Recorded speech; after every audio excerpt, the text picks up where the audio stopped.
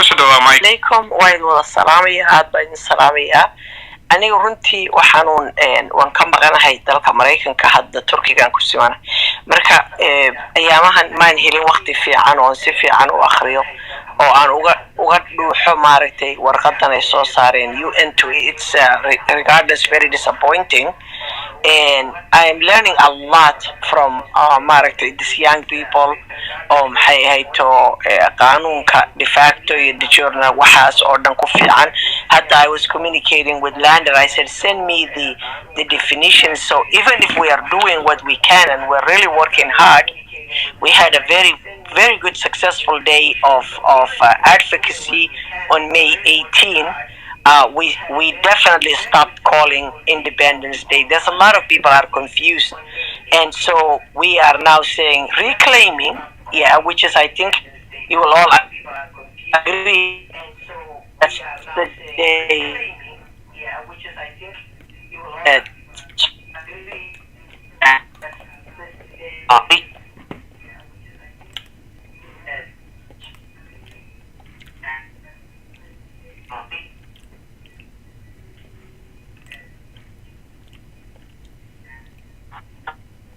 One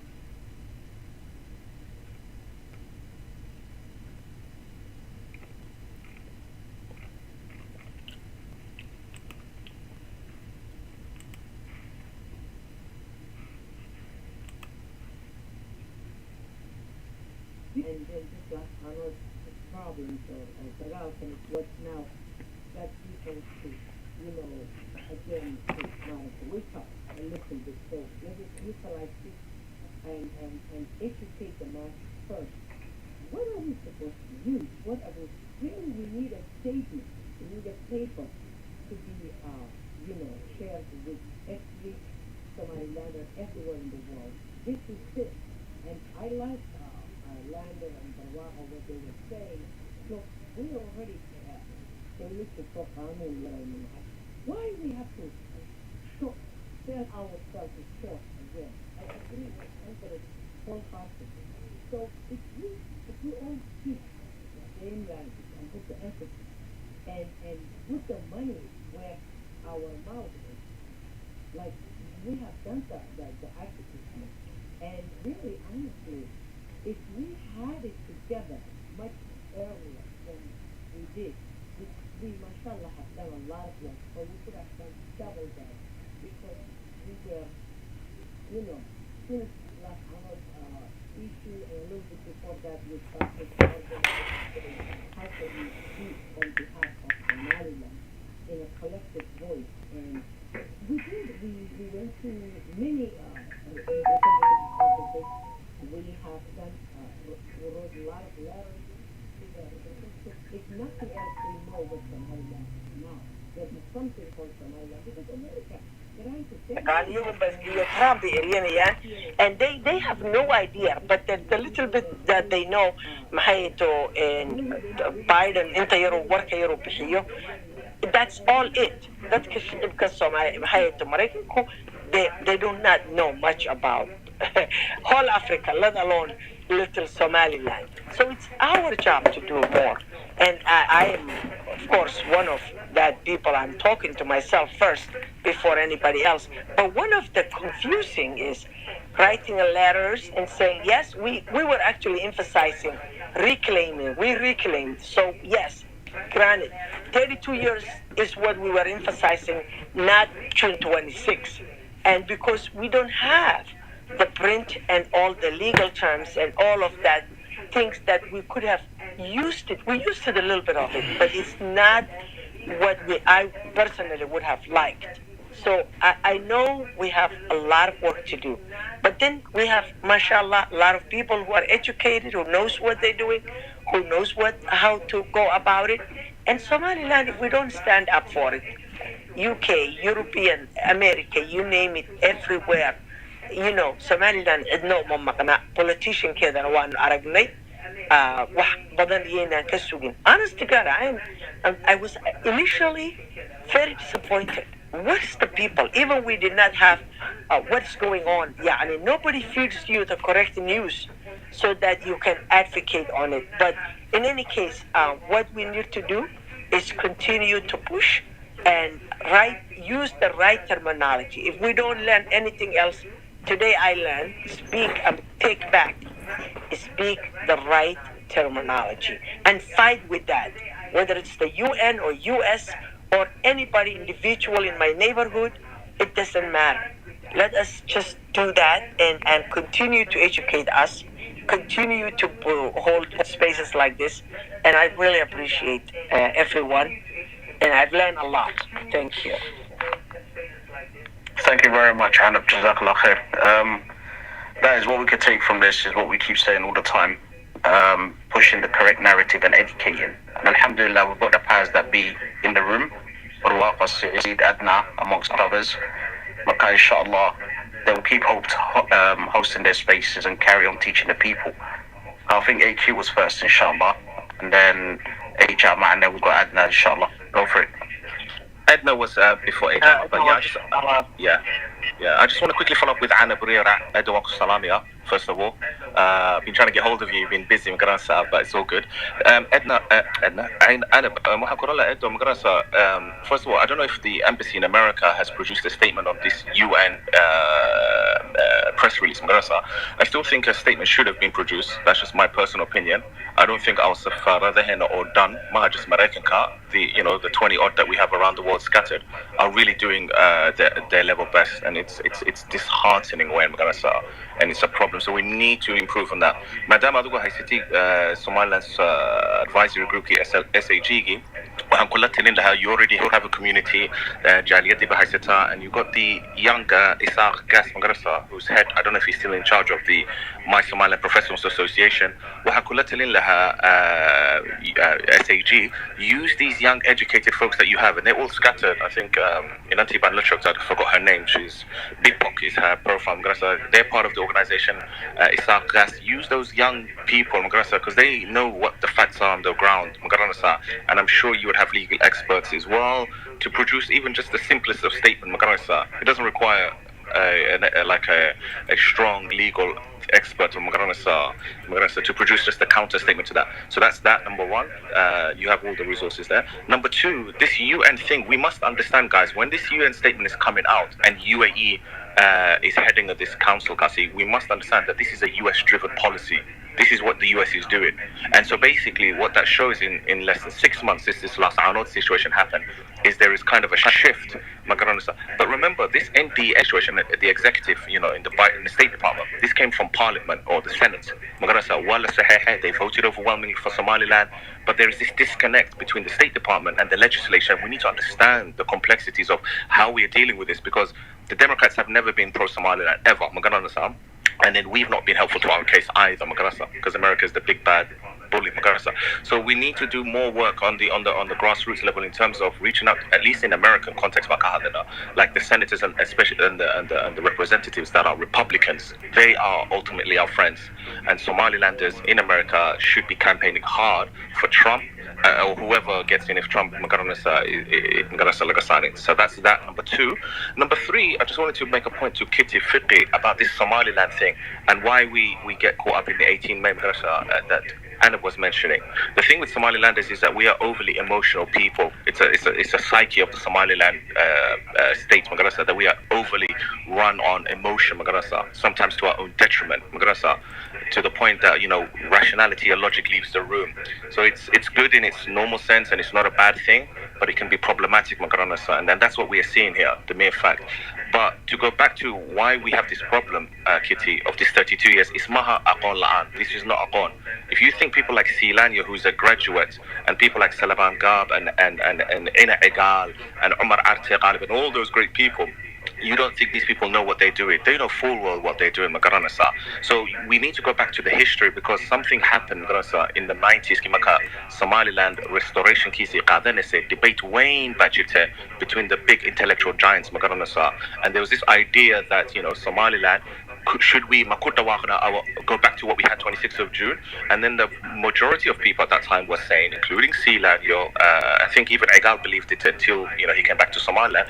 A lot of them were saying that, no, we should reclaim this thing that used to be called the Somali Republic. That's what they wanted to reclaim, to make Hargeisa the capital and then to go from there, because there was no Somalia, and Somalia didn't exist until 2012, and we saw the history that it went through.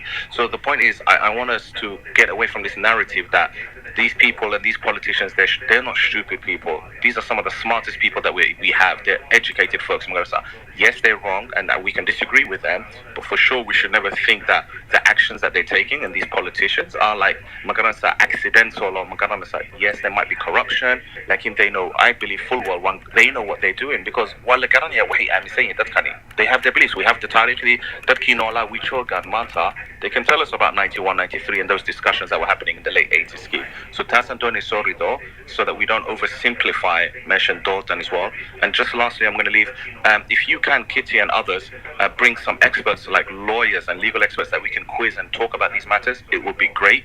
I've been trying to reach out to a lawyer, international relations expert in London University, top eminent London University, who I will not mention his name, for a while now, since last year, and he's been following Somaliland to no end now, and he's just perplexed from an international relations political point of view. He's not a lawyer, I don't believe, unless he studied law. But yeah, so I'm trying to bring him on, or anybody else. So if we can bring people that are experts in this, it would be really helpful. Yes, it's good that we are doing our own research, and we should do that, but we really need to bring experts on these matters so that we can quiz them and they can make our life easier. Tasa for the space anyways, Qiti Fiqi S11 Wankusa earlier. Yes, well, I Mr. AQ. Before I answer the question, in the USA, I think USA but I think USA got that wala hatlay or from like the organizations ka. I think it's going to be very, very wise. Had a group a focal group on like lobbyist terms. Makaning information they can participate as like an advisory role. Second, or Mr. AQ on bringing on experts. My own Professor Kegi, he agreed already to speak on it. Hagan. Maka, he's like a professor in international law. Your lobbyist, he was himself 2018 with Musa Bihi. I have pictures that he was shaking his hand and he offered to help them in their case. And the last thing, I agree with you that there isn't that our politicians aren't idiots. They are far from idiots. That guys. I actually think that it's more an economical reasoning plus lobbying reasoning, to thinking that you don't that you can't make it, that the diplomatic power on the other side isn't there. And also, I actually think that the Somaliland people and their people are seeing the Dolbahant is leaving, are seeing that the Somali government is putting a lot of pressure on them, seeing that they're losing their friends. So who knows? Maybe they did give up a little bit of hope. Edna, Kushado, please.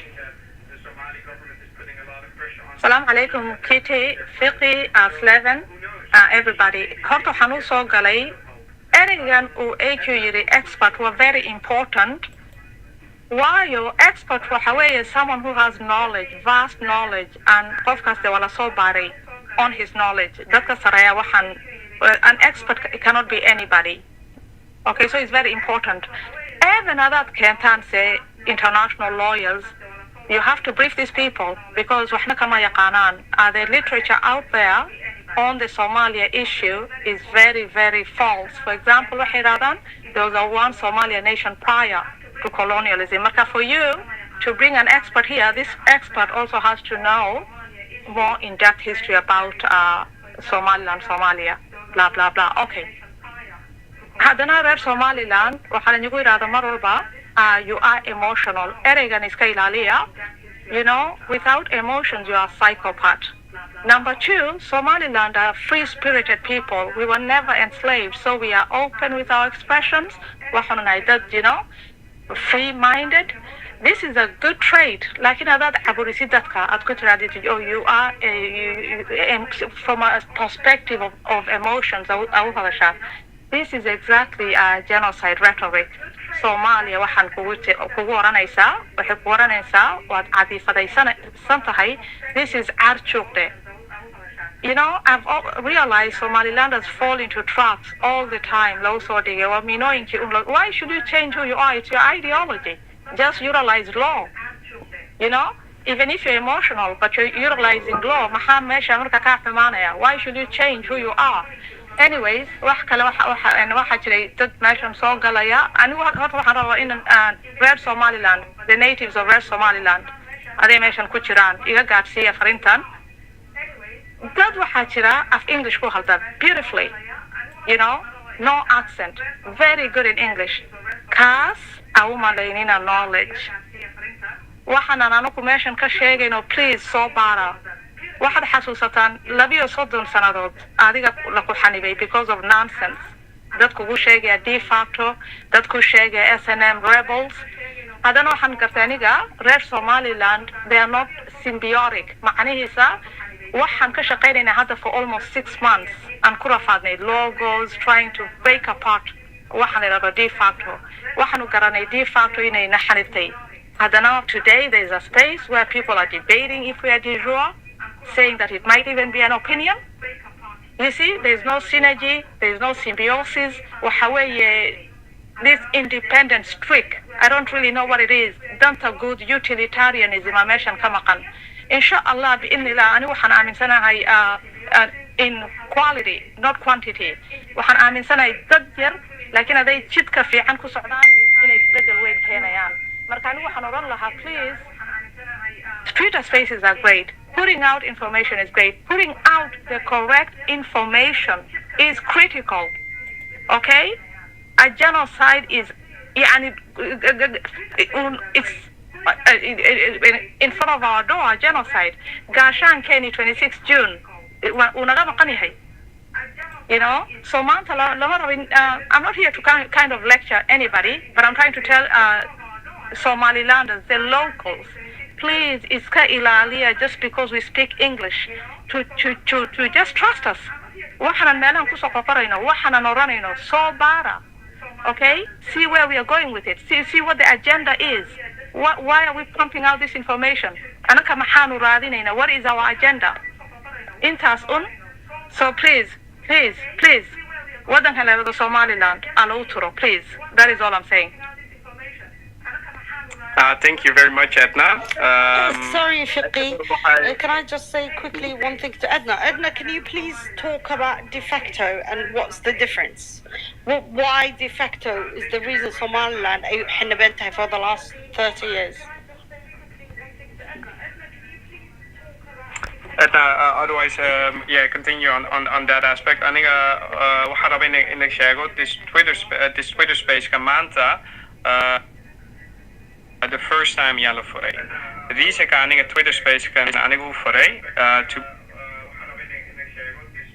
bring together with Slevin in a Dutch intellectual girl who have a large reach. that we bring them here together and that we have an open debate. حنون بدون وكوتشتا قفدوا ليه the de facto كأنيجا 100% وكل رأسي هاي but in this Twitter space وحكوا دماتي عبدي نوري I'm not gonna talk about de facto وإدين كواكا غاتي so we actually made progress. If we didn't have that debate, Bri Abdi, he would be typing de facto. Manta, he's not going to type that anymore. You are going information so that's like our role. I'm going to keep the communication, but I agree with you. Maybe the Twitter space is not the best space for that. So I'm going to if you see Somalilanders who are spreading misinformation, I think the tactic should be debate me in the clubhouse or Kufkan Lahadol in clubhouse, one-on-one, and I'm going to present you the intellectual information. But this space, the open debate to bring the intellectuals here to bring us on one page, so that Kufka stays again, because we're not moving forward in this capacity. But Edna, please kusu'o. I think it would be very, very important to what Lander said, because you have the knowledge. They all have all the things that they're good at. This is your part, Walalo. Please give us an explanation. I think it would be very important. Well, no, I don't have the knowledge. I just use my computer. I research.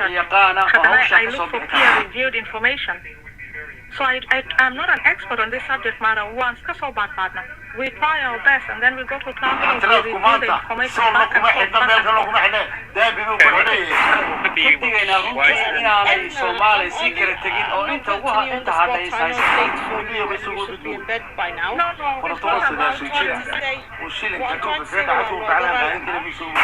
the cat is out of the bag. Abdi said what he said, everyone said what they said, and we don't want to leave people with misinformation. Very briefly to just say why de facto is the reason Somaliland dadkeeni 30 years ay u go'doonayeen xiloobo xidhay xerada dhexdeeda soddon sano lagu yidhi the world turned their backs on you when it's not true. It's actually de facto that's done it, and it's purposely done that way. Go ahead, Wala. Hona. Sorry, before you start, can you also add to the point that de facto and de jure cannot simultaneously be used, and the danger surrounding what if it is simultaneously used by the same entity? You seem to kind of know. Anyway, Sarah, but you might be racist. From 1960, the state of Somaliland of 26 June 1960 was deliberately erased. So there was a conspiracy from day one. Okay? These people went under brutal education, occupation, no power, indoctrination. Why Somalia a lack of independence, Italia. Okay, forget about it. 1960 and 91. SNM the Organization for African Union, rescind your secession. And SNM, they didn't know because there is a one Somalia prior to colonialism.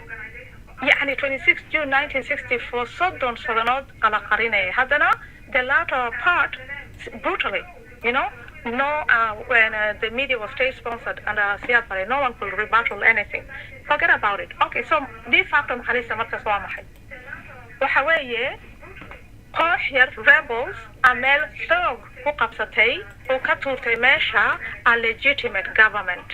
أديك مركز دورانا يسي de facto وحدورانا يسي سياد بري was a legitimate government وحكسات ماشا يساق genocide and the marginalization brutality. That's what called. The de facto in this sense, you are a unilateral secession. The Somali Republic, Mr. Somalia, hadana si iska, even worse than regular secession. So it really has negative connotation. The de facto state is not the whole of Somaliland. So this becomes a SAC enclave.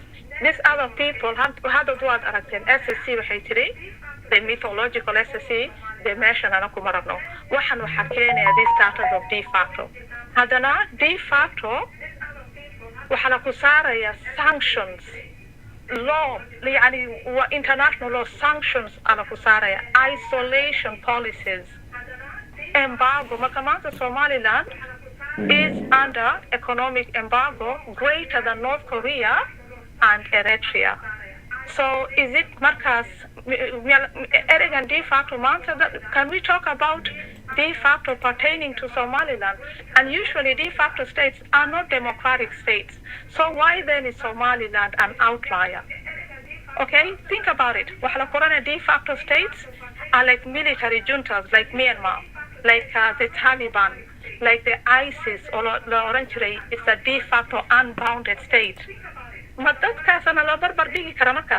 happened to Somaliland is democracy, is beauty, is integrity. You see, because we are people, I think we should teach ourselves utilitarianism. We are all seeking something, and I don't really know what we are seeking. Intasun, thank you so much. Imagine it, Edna. I'm gonna remind people, Lander, maybe we did like a definition on de facto. This sentence summarizes pretty much why it's very important in de facto in the best and that we all agree on that. So this is what my legal book says. Compared to states, the legal status of de facto regimes are other weak. The international community is also legal status of de facto regimes are other weak. Translated from Dutch, gaat vanuit. It means like they are assuming that that certain entities are temporary of origin and that they will go into the original state. Plus, I added to that. If we look at the last Anot situation, if we're ruling as a de facto state, we follow under Article 3 of the Geneva Convention that we can't even protect ourselves. And the other thing has to do with de facto. It's how countries deal with you, what kind of agreements you can make. We cannot make agreements if we call ourselves de facto. So it's actually, and I'm de facto.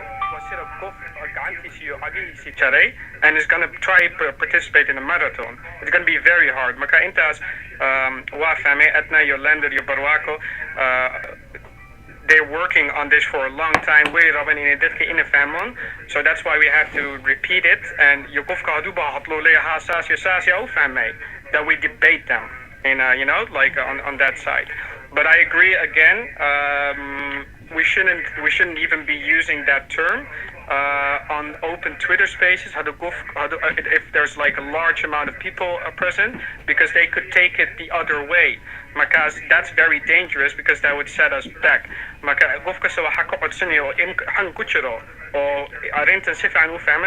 Let's lose the de facto status. Let's be proud that we're Somalilanders and that we already have our independence. It's like this is almost self-mutilation.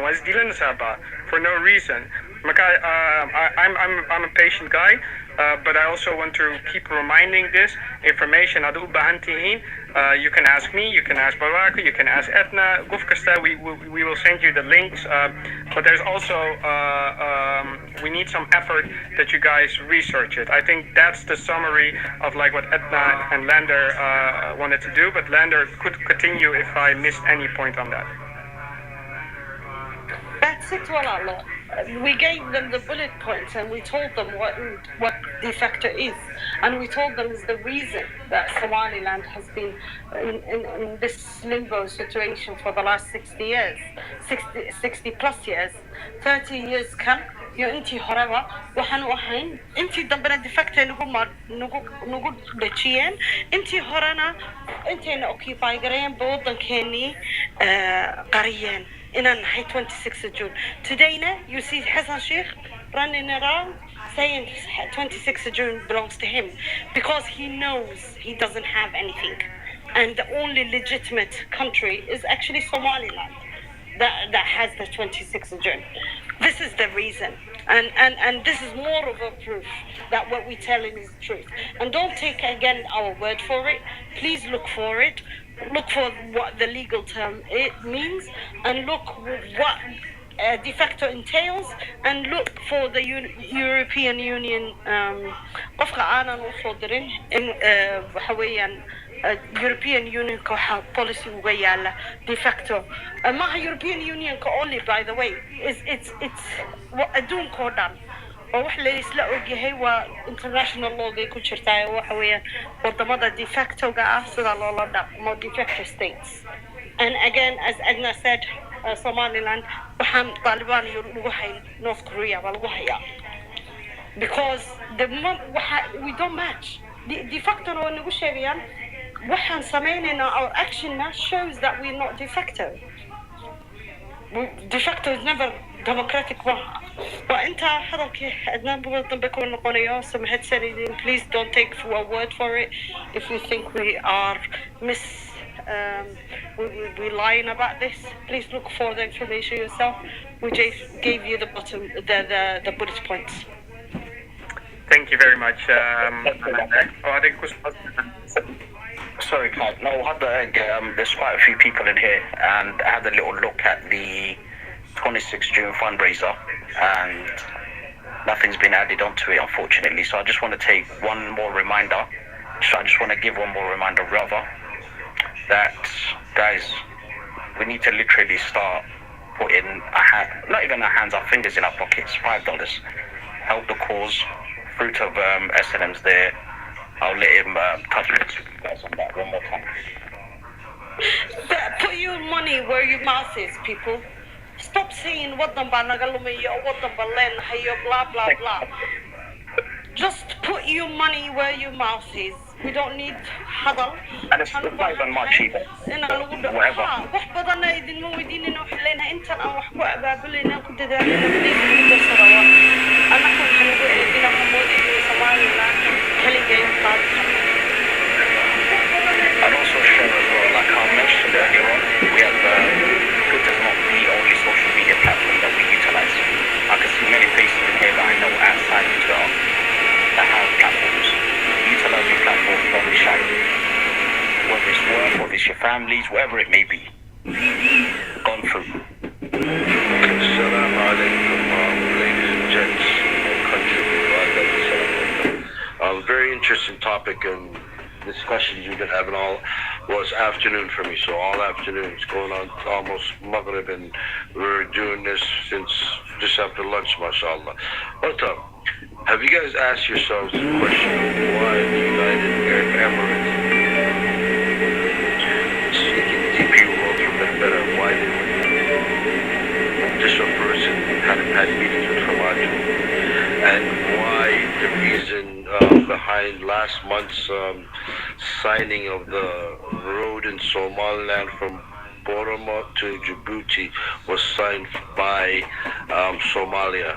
Why our airspace is not with us, and why they went through other avenues to gather all that? It's the de facto issue that we're dealing with and talking about all day. De jure, I don't know, many of you don't speak French, but it's de jure. You guys keep on pronouncing that E, and every time I hear someone, I have a little giggle.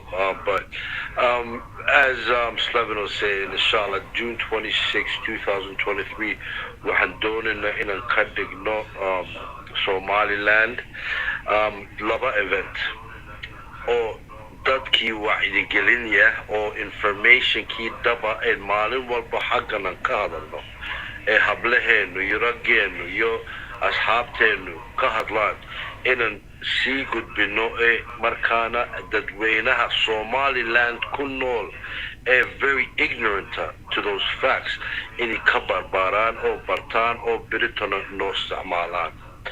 We need to get that information out as far as we can. You guys are all in the diaspora. You guys, as Slevin said, all have your different social media accounts. Share the information. I'm not talking about the GoFundMe. Share the information you learn here on the spaces over to those, those social media avenues of that you've created over your time. Allahumma salli ala Muhammad. Just guys, as who was it that was just said? He looked back at the page. 3 days ago was the last donation, and it's stagnant at 1080 out of 5,000. Now, Maloikan SSC, they have collected almost $8,000 in that time to bomb us, to buy ammunition against us. Ma'anaguna information ka maskaha ang استعمالنا بان شنكن وكروينا in my area and in my tiala wala all you guys are that to me. Dalkina awiya information kan Datkasiya. We're going to have 10 boards all over the city of Hargeisa given information on de jure and to stay away from de facto and to move on as our true Independence Day, which is June 26th. We want to recreate the picture of the morning of June 26, 1960, with 15 Somaliland camel scouts that are still around and alive, mashallah. We want them to raise that flag of Somaliland. So in 60 years, our children, our grandchildren can look at that and say, look, that's what my father, my mother, my grandmother, my grandfather, that's what they did. That's what they helped achieve. Let's achieve this together. Come on, guys. As usually you guys know me to be a straight up person, but Lander just said it exactly how I would. Put your money where your Twitter warrior fingers are. Guys, you can do it. Every single one of you guys. $1, €1, one whatever, wherever you're at. 5, 10, whatever you're capable of. It's working. We're getting up now. Mark, if you go to the link, Walalo, we're now at 11:30. We were at 10:08. Okay. Thank you, whoever that was here. And someone else sent me like a message, Ma'al, or the link iso there. So I think people are listening. We just have excellent. I wanted to go into this lobbying thing you guys are talking about, right? Just guys. Malinta and independence, the day we gained independence, 35 countries recognize us, right? Why are we not going after those 35 countries with their letters of congratulation and showing them the true facts of where we are as a people, as a country? Why are we not doing that? Information we have all that history. Why are we not approaching those countries for our current situation that we're in? I've been at the Ministry of Foreign Affairs this week. I hate going back there because, I was with them for a while and I left there because I completely, it was just, I didn't see anything being done. But today I go back there, I see people working in the diaspora agency, and I'm going to put a little, all the paid staff at the diaspora agency are locals. There are 2 or 3 volunteers that are diaspora, and they don't get paid. They don't get nothing. The DG is local. He's not a diaspora. Our voices, and another thing, the consultant to the Minister of Foreign Affairs for Diaspora Affairs, guess what? Is a local. Now, how do we let that happen and stay quiet about it, guys? I don't care. I'm gonna go in there tomorrow. If they have something to say, well, everyone here knows me. They know me there too. I am a man that says what I do, what I want to say when I want to say, and I'll tell them they're wrong for it. Why is the reason? Why is that happening right now? Why are there no diaspora working with the diaspora office at the Ministry of Foreign Affairs? Why aren't they getting paid? Why are all the people working there local? Why is the consultant to the Minister of Foreign Affairs for Diaspora Affairs a local and not a diaspora? We have millions, not millions, we have millions. We have millions of people that can do the job. We have thousands of intellectuals that can do the job. Why? And how can we change that? By advocating with each other and sharing information with each other and moving forward with one united message together. That's how we can do it. Inshallah. Wassalamu alaikum wa rahmatullahi wa barakatuh. I absolutely agree. Fruit at Yawma Sintai, Mujahid Yatai. I respect you a lot on that. Jamal Kusudo Maika. Assalamu alaikum. I'm just a bit شغال على موقف الناس وصل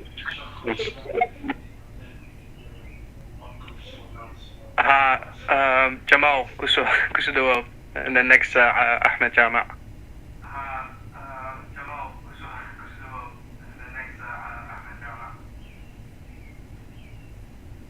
Jamal Gorah may Maglansa. Can't attack, eh? Not sure. Sleven, you try maybe. Yeah, no, Kite. I think we really shaqai. It was for that, so okay. Yeah, he'll be back with us in a bit. Okay, and then let me see, ABC, Yusuf, Kusudo Maika.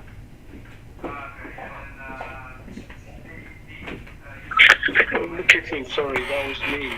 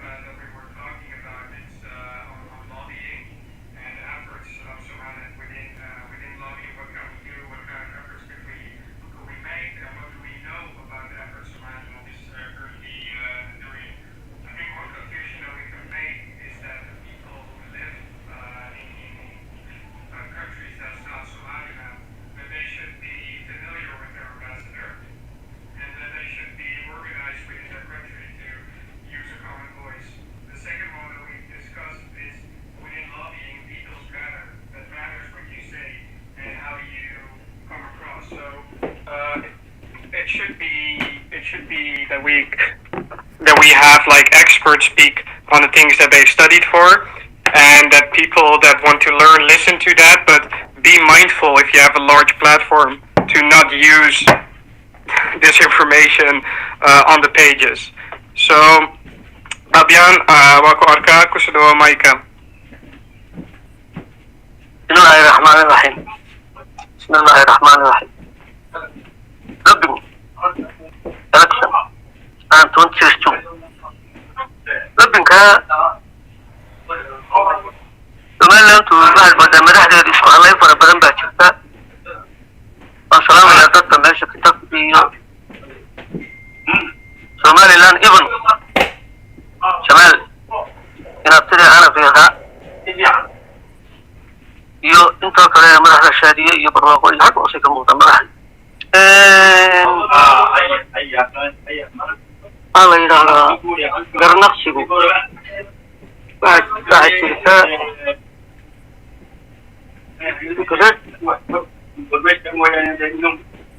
أولاً إنشاء هذه يقول واحد قرنقصة كي تلقي أنا ما أها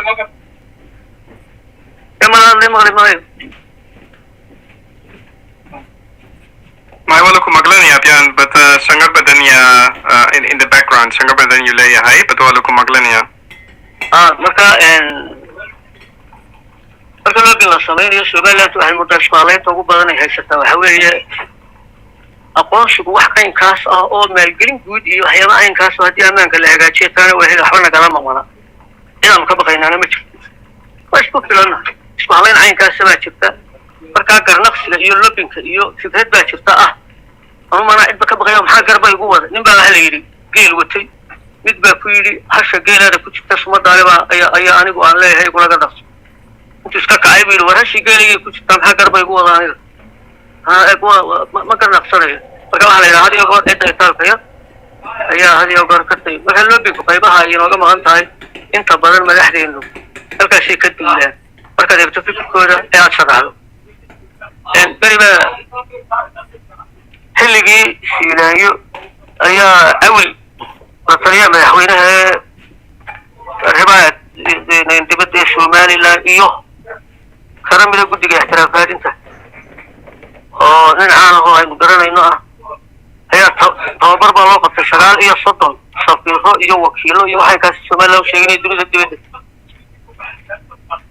markii uu bilaabmayay workshop ayaa lagu iyo ku yiri su'aal dawladda uu wakiilka ka yahay Somaliland u jooga xafiiska kuleeyahay yaa wasiir ka yaqaan ay macna marka la yahay hebel baa ku doonay sidii safiiru qaabilay saaxiibihi yarkii imaaraadka joogay bariga baashaba ayaa la helay kan iminka imaaraadka arabta madaxweynaha oo bariga ahaa wasiirka madaxtooyada ayay isku jaamacada ahaayeen oo classmate ahaayeen garashadii markii safiir laga dhigay waxay keentay فإذا مشروع أول نص سنة لا ندي بوالي سوق عليه هرمات يا ما فيني نلص بديك هل كان عندي بلوغ يا دابي أحد هل كان عندي بلوغ يا أيه أحد سلا شيء بيسام دولة شو بيا إتكررنا يا أنا قصة مرة هي في قصة إذا استقاني وسيوف صاحب يا دبلومات كذا كشغلة يا عين كاس تمام مستدق فيها شيء تمام بيها شيء ما هذول دور باشلر بها لكن Somaliland dibadda joogta baridood waxa la yaabay intii dagaalka la saanadaan u qarxin ayaa waxa la sameeyay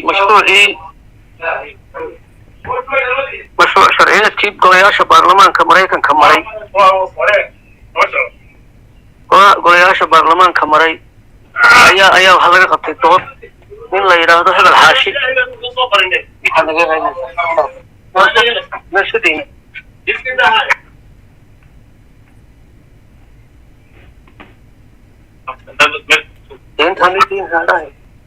marka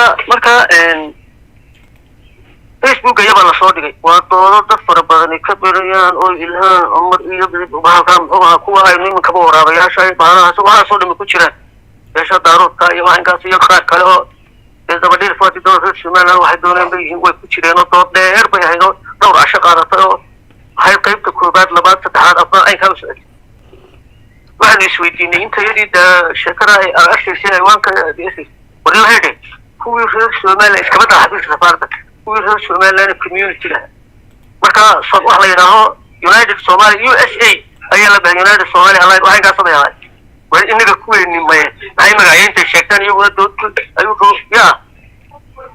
يا ونم طلبي إنك جبدين ماشي ما دولة مريضة كاشي دارا يجا قوت هذا لا إحنا فهمون بابن كواكا يا هبر هو الأطفال ديانا اللي قدروا حروف الله وأنا قدها شو تدور ما إنه دبت دي مشكلة تتعلم إنك سويت شرع لا تغيره يقف واحد يسكت يا ما إذا ما ولا مين أنا قال فيه سوى بغير هيرش كلها هيركشنك حلقة شو مال لعبة وهيركشنك إن لقى الشيء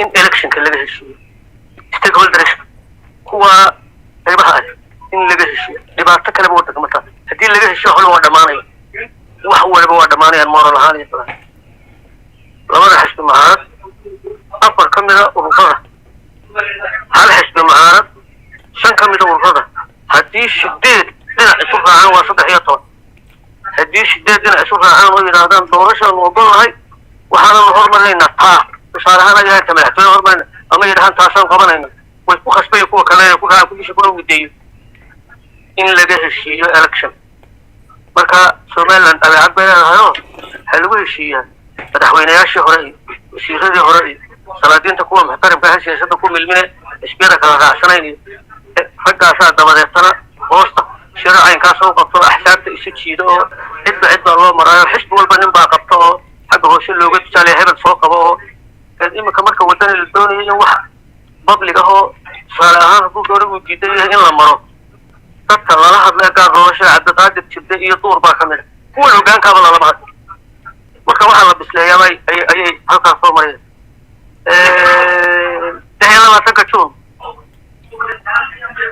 ما أنت ما أنا نسكب الصنو ولا هي لا تكتشون أنه كم مرة ما تشوفني وهي هيدو إنه ابنه أنت ودنكو وكتير ظروف كان أنا أخلص على هاي ظروف كان أنا مقبضان له ظروف كان اسكت أصحابا مين سيدي كليهين واقع موجنايا midna waa loo dabaaldegaayo wadankuba waa bandug midna waa loo dabaaldegaa xaflada waxaa loo xusayaa xorriyaddii 60kii la qaatay 20 juun inay 250 kun oo nafood ku galaabtay iyo khasaare maal iyo bood bal intaa ka badan iyo 20 juun dhalinyarada mutacalimiinta dibadda jooga halkaa hoose waa tii iiga muuqanaysay walaasha barwaaqo iyo adeerku hay adna iyo sharciyad bay ka eegayaan iyagu xagga sharciyadda uma diidin way saxan midbaa iyo 114 quraan korkaan ka hayaa hiya kaa haddii lagaa dhegaysta waa wiil halkaa haddii laisla gaaro marka waxa weeye war dowladnimada somaliland wax ina itaal dhaamo oo ina siyaasadda ama oo ina awood dhaama meesha ma joogaan inagaan hoggaankeena hagaajanayo waddadeena والله ما شرعي يده وطاره ويف عين هنا جنسايد كائن لطول عليه وي كنت دي ويت تبالي بعد ده حويدي هو سيرون كل حاجة كده عليه هوشاشي هو كنت دي كنت يلا عادي جاه أكتر ميشانية ده كنت شروي كنت شفته كنت دي حصوغة سنالم مركا hawshii iyo isdibadhigkii aynkii waxaan ku yidhi maanta dowladda soomaaliya deegaamadeena colaadeena taalla haddaynu taa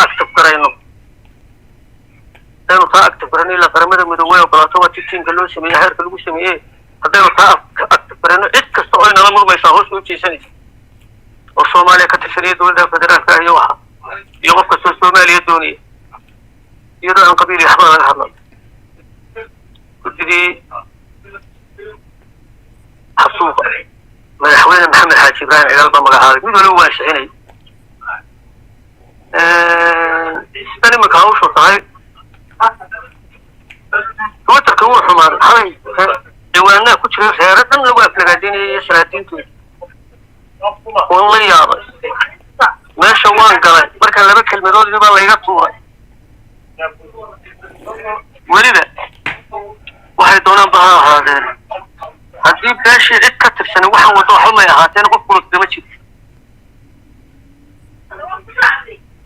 dibadda balaaya laga maleegaya sidii markii dowladda sheegayay in muuse bixi meesha sii joogo in iminka laga eriyo in haddaad iminka hargeysa iyo baraayo qof waliba dhibaatadiisa iyo qoyskiisa iyo hawlihiisa iyo danihiisa ayuu ku socdaa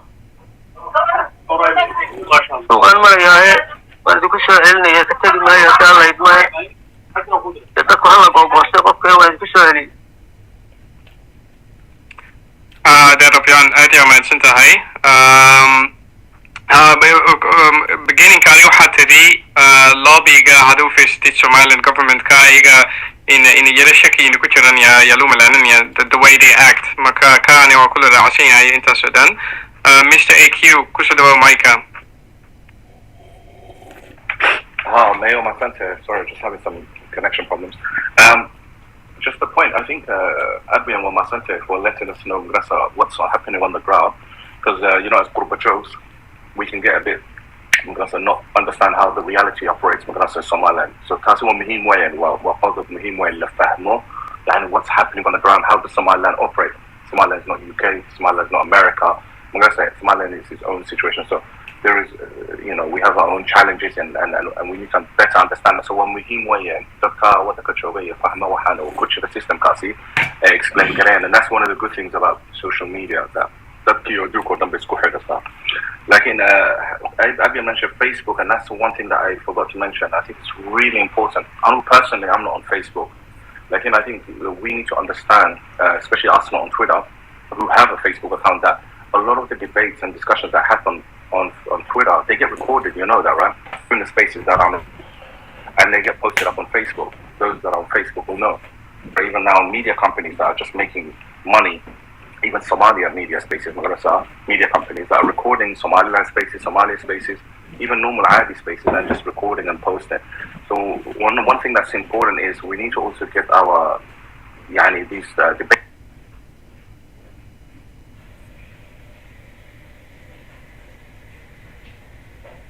Oh, I think something with your connection, Mr. AQ.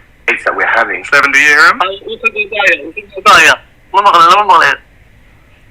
go, 7, try to talk to him. Maybe you can hear from your side, Wallah.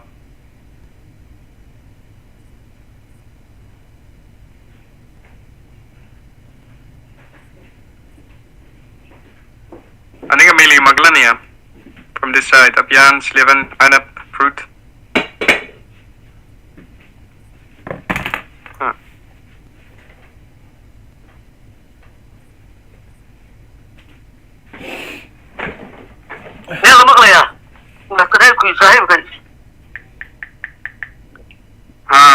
Ma garanayn aniga in maqlanayo Mr. AQ yaa arkaa inuu hadlanayo, but I am not hearing him. ma maqlayo anigu Yes, we can hear you. Okay, perfect. Hey, intaas yaa raba in la hubiyo. Mr. AQ connectionka yaa wax ka khaldan, but wuu soo noqon doonaa.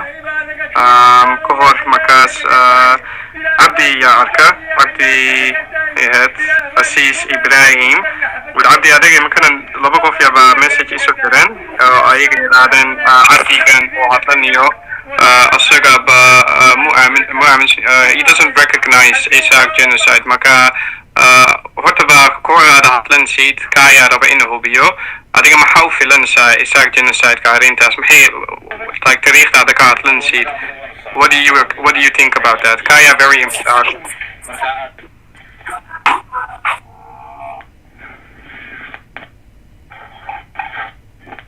So I'll come and say Abdi. Yes, well, come on, yeah, but I can hear you very well. So I'll question, man. I will say it in English then, Abdi. The thing that I got 2 questions regarding your account. They said I see that Abdi gets the mic. do you know that Abdi is someone who doesn't even recognize Isaac genocide, which would be very surprising. I also see your profile picture with 18 May, while we as Somalians are all going for the 26th of June. So before I let you onto the space, I think it's very important that you show color, pretty much, that you give an understanding if that's true, what your take is on that, because then I can decide with Slevin if we would even offer you a space to speak. Okay, inta soon, before you speak. Okay, thank you so much. That's a great question. I recognize there's such a genocide, but one night I think we had a debate about the genocide, whether it is a proof or not. So we say there's a genocide in 60s and everybody recognized. Even I am from, there's people who died in at that time and the people who were a genocide and injured. I'm a member of that and I have evidence on the record. So thank you so much. Okay, I didn't quite understand it, but Stephen, did you understand that? Not the one that was against the guys that were advocating for for justice towards the Isar genocide. Or am I mistaking you for somebody else? And that's a direct question. I'm not mincing my words. Hey, maka otherwise ako sa program ka. I think that would be interesting enough. Did you hear my question, Walalo? Oh no, I didn't hear the question, Walalo. Hatari. Okay, no, it's just a question for Abdi Aziz. Were you not the guy that was advocating against the guys that were actually for the Isar genocide and its actual justice? Or am I mistaking you for somebody else?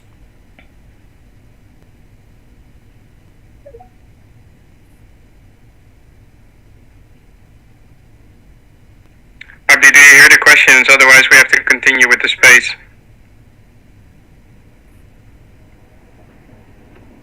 Okay, sorry, I just received a message now from someone telling us that it's the other Abdi Aziz. Carry on, inshallah. You know what? Okay, we'll carry on. I want to also inform people here, Slevin and I, we want to keep the spaces factual also, especially after the de facto situation before. Plus, we want to keep it safe for the Isaac genocide survivors who also enter these spaces. We will never accept people denying the Isaac genocide. We will never accept people spreading that disinformation, and especially if it's people that are acting on it in Twitter spaces and putting doctor or professor or journalist in their Twitter bio. So that's why we found it very important to make sure of that. I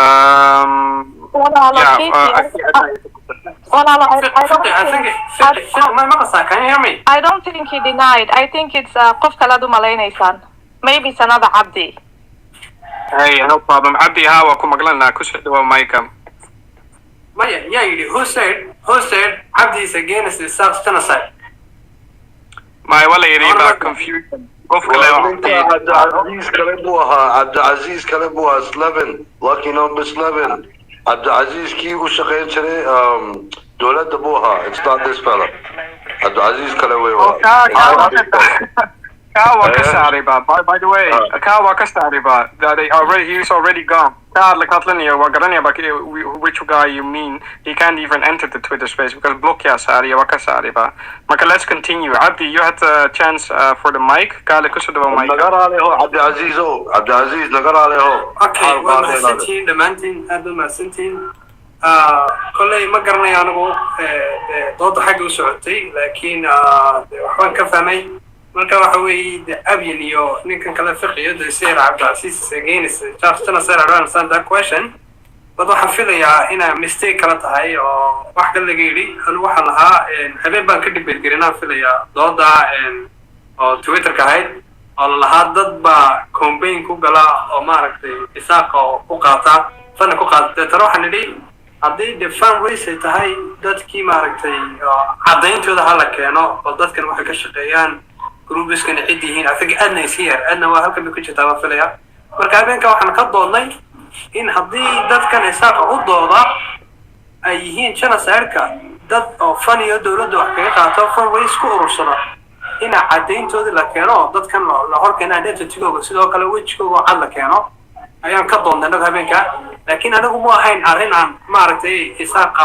genocide-kan ku diidanaa baan against ku ah keliya intaan baahay in nidhaahno war dadkan ku hadla advocatorka u ah hala keeno caddayntoodii hala keeno dadka waxay lagu odeynayo haddii eedeeni jirto dadkan caddayna lagu keeno bay ahayd habeenkaa taasaan ka doodnay oo inan baa lahaa arrintan waxay jira dad program u samaysta oo fan ku urursada oo lacaga ku urursada oo dakhli ka samaysta marka arrintaa ubaan anagu ka doodnay nili arrintaasi ha laga dhigo wax kaleeda taasumaan ka doodnay kule waxaan filaya anigu kamaan soo horjeedin isaaq genocide-ka waxaa la idhaahdo even victimiska waqtigii ma fahantay والله فاهم أنا جاي أخلط سمعني ما كي it's our mistake فوق كلا يعني بنكون لأنني even حديد record كلا صعبة أنا واحد كم إذا هم بدت كيا فتن بكسو قاعدين فمن بريجي دولة السياد برا سمسي واحد ما هو جنوي على دي جمال ولا جه هنا فكان أنا قم أنا وحكي جيد استياح لكن واحد معي كذا وردت كان لو ذين يو حلا كانوا حدين ترى حلا كانوا وتشيلوا هذا الأقل وتشيلوا الصوب بدكان سيف وشدي تسكوا قاعدين ده اسمه أنا كضاد ماي هذا ما سنتين أنت يوم أنت عبدي أنت سؤالي كودرتي أنا وحارك أتنا مع you took the speakers do you want to add something to the situation or وحر سب ما ربط النت راديت otherwise we're going to continue with the lobby situation. Kite, can I mention something about the money that's always collected for people here in Somaliland by any group in the spaces, especially I stand firm with them. I have seen where the money they collect goes. It helps genocide survivors. It helps it helps with information given to the public here in Somaliland. Always, instead of pointing fingers at people,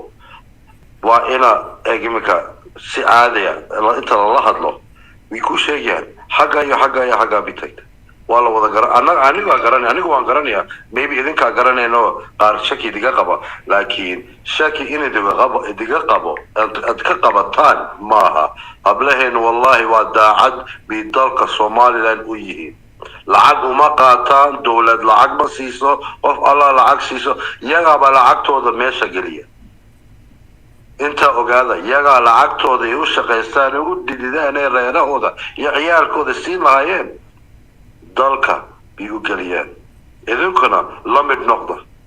Salaam alaikum. Sorry Edna, go ahead Walad. No, I think we're very good. Dadku inay isweydiiyaan dadkan ma lacag ay ku qaataan waxan you know this is wallahi dadku inay isweydiiyaan waxan I think we're very good trade.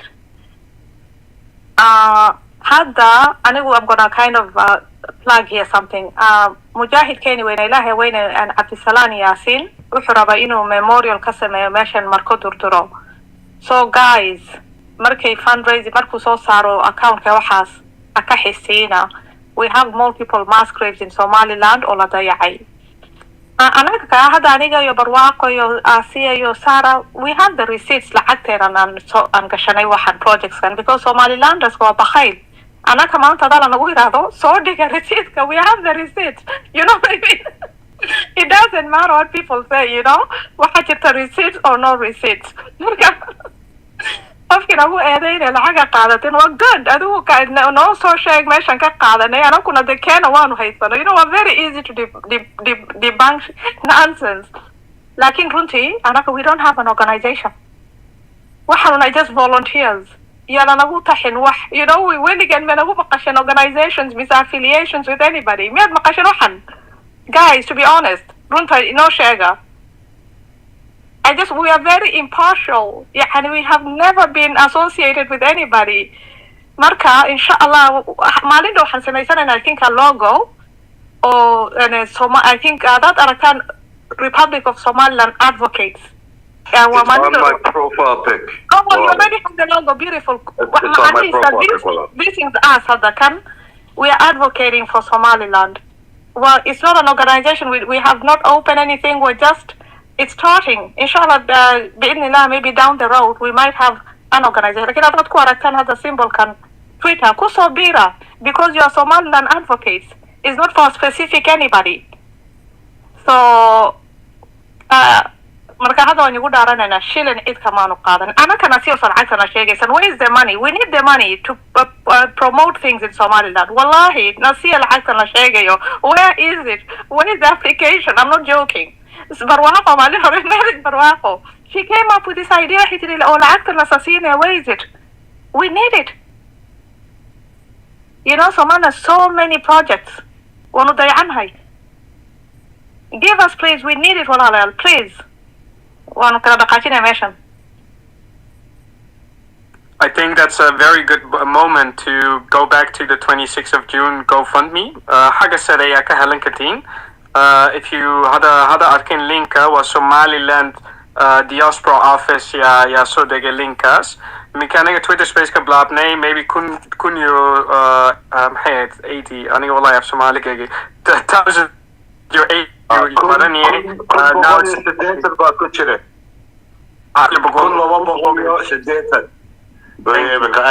there's another link I shared above. Slevin shared the direct page to the GoFundMe. I put that up top too. So Akas Slevin or the Diaspora, it goes to the same portal, the same GoFundMe portal, guys. Again, as Lander said, put your money where your mouth is, guys. Come on. Let's get to that 5,000 mark. Let's get to that 5,000 mark, and let's get that education going and rolling, because that's all it's for. It's all for educating Somalilanders. Assalamu alaikum. Exactly. Yo arinta maanta aniga ka hadlana waa arintii lobbying. Lobbying waa in adiga u sheeganaysid wax adiga aamintid, you know, like your cause, something that you believe in. Markaas aniga waxay raadin lahaa Somalilanders usually ayaga family way leeyihiin, family people way yihiin. Ma walaalka iyo walaasha ay ahlan kareen oo aabahaga iyo hooyada oo $5 u weydiisid ku tiraadid waa identity-giini dad badan yaa u sheeganayaan. I think that's confusing. Iyo investment groups ka oo jiraan Somaliland way jiraan kuwaas ba aniga maho in every group aniga ku jiro qof kasta oo asaga bataajir iska dhigo, you know, dadku way faanaan sumaha wileen ha company xagan yaa ku furay my new location waxan yaa sameynanaya. Well, those people I know exactly waxa ay hayaan, because you're just going to go to the unitary beneficiary owners wa helansa wuxuu leeyahay, and then you send them like a screenshot of like his shareholders funds. Aniga saas yaa sameynanaya, because shareholders funds if hadu qof hadu 3 ilaa 200 kun hadu leeyaho, it's easy to like send a little bit of the money and put your money where the mouth is. But aniga for the sake of the debate, I want to continue on the topic of lobbying. I want to also invite other speakers. Dad badan yaa ku jira in this space.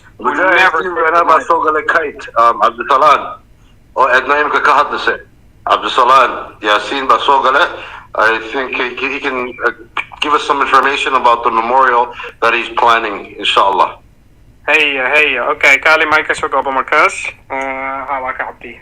Perfect. Kali Sogaba Mike Abdi.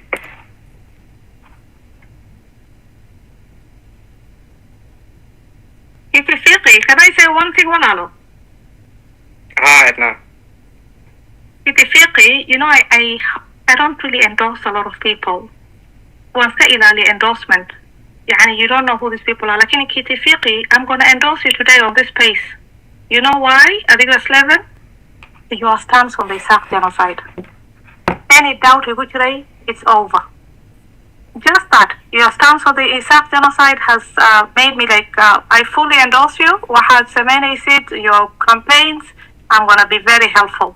Thank you, all, both of you, for standing firm on the Isaac genocide. Thank you.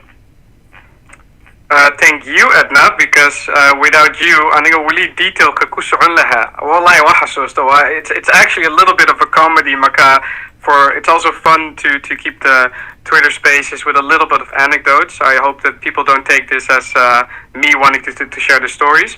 But I think Twitter was so galay as a very naive Somalilander. I think Twitter space was so galay because we arked the Somaliland kada'aniyay, and then I saw like a news link. Mekaninga Somaliland hashtag Somaliland kasameeyay. And I saw like all the information. I think they're like confused. I was like confused very, very much. You know, so and after a while, go research it yourself. I think I'm a competitive person by nature. So I think the first intent was to disprove them. I never heard that in my life. So after a couple of months, the switch has been made. So that's why I'm very firm on Isaac genocide. I'm very firm on like the Somaliland because I believe you. And I've read it myself. I believe me. No, you know, I believe me. I see it. That's why the passion is here. That's why the last months I need a company delay. And that's why inshallah I'm gonna move to Somaliland. Then that's exactly because it is true. Put your money where your mouth is. It's super important. I don't take any allegiance in that. I don't take any allegiance in the Isaac genocide or who's going to deny my independence right. Maka from that's my only like personal opinion or Hagan Glinio. I want to continue to offer the other people the space. But in your little bit of emotion is acceptable, I hope, in this case. Abyan Kusu'o. بسم الله الرحمن الرحيم وعصب مولا لكن حدوني إن الصوت ويقدم يهيجو هلك برسو عبد السلام ياسين كسود ويقدم يدي سبع شو انت لك هذا ما هي واحد ويدي نبو يعني إن نسقون ضدك شنو ده ربيان سفع معكم مقلن سبيسكا بكل يوم سنتاي عبد السلام يا أركين سوق علي ده عبد السلام أدنى وحية رويك هذا الشيء مموري وكاري يلي نوري ما لكم مقلن يا بيان سفع عن سنقر بدني يا مقلن يا background a lot of noise وحن سودوين يا قدومي هاي قولك عند برو Professor عبد السلام ياسين مش برتي نلش شو بديني إنه هذا ما إنه ويدينه سائر okay so هلا بالنسبة بروفيسور عبد السلام ياسين وما السلام يا هلا بالنسبة بروفيسور بليز نوال ديكتني يا عبد السلام كسدوا السلام عليكم هذا عليكم السلام وان idin dhegeysanaya adeer si wanaagsan baad ayaad wuxu wadaan khayr allah idin siiyo dalku idinkoo kalu imika xilligii ugu baahnaa ayaa la joogaa dadka caynkaas oo kale dareenkaale dareenkana waa loo baahan yahay iyo xiisada iyo xamaaska dadkiina dhalinyarada ah intiina badani qurbaha ku koray ama kuba dhashayba ayaa ka dareen badan dad badan oo halka kan jooga dhalinyarada halka joogta saaka qaar badan baan wada joognay waa dee dhalinyaro sidaan horeyda ku sheegay waa idinla mid iyaguna waa laakiin inay shaqeeyaan waa u diyaar qof waliba soomaalida waxay tidhaahdaa geed walba in gubta ayaa hoos taal يعني معناته وحويان ميل ولا مشاكل بي إسكالة أنت تايبة ودباتوين بلاد مركا لنيرد دباتوين هاي السنة هذا هو الديار إن بدن بعد ديار وضدن بعد وفهم بقولين عد مرتي خرج الشيء إن يجوز أبابلان إن وحي لوبا هنا لتصو إن لقبته مركا أرنتن حسوقة يعني أنت الدوكيومنتيشن كتاريخ السومالي لان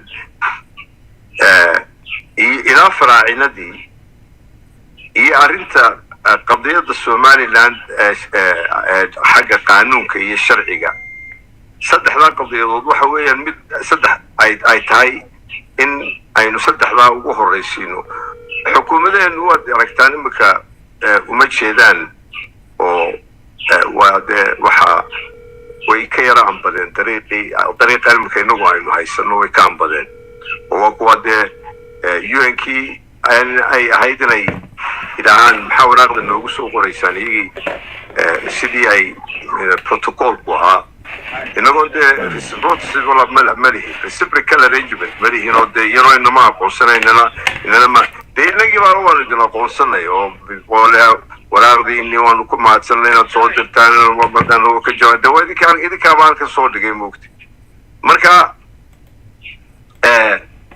waxa weeyaan waa kala shaad perceptionsken waa aad bay u kala duwan yihiin aragtidu dadka aragtidooda markay kala duwan yihiinna dee way adagtay maantay siday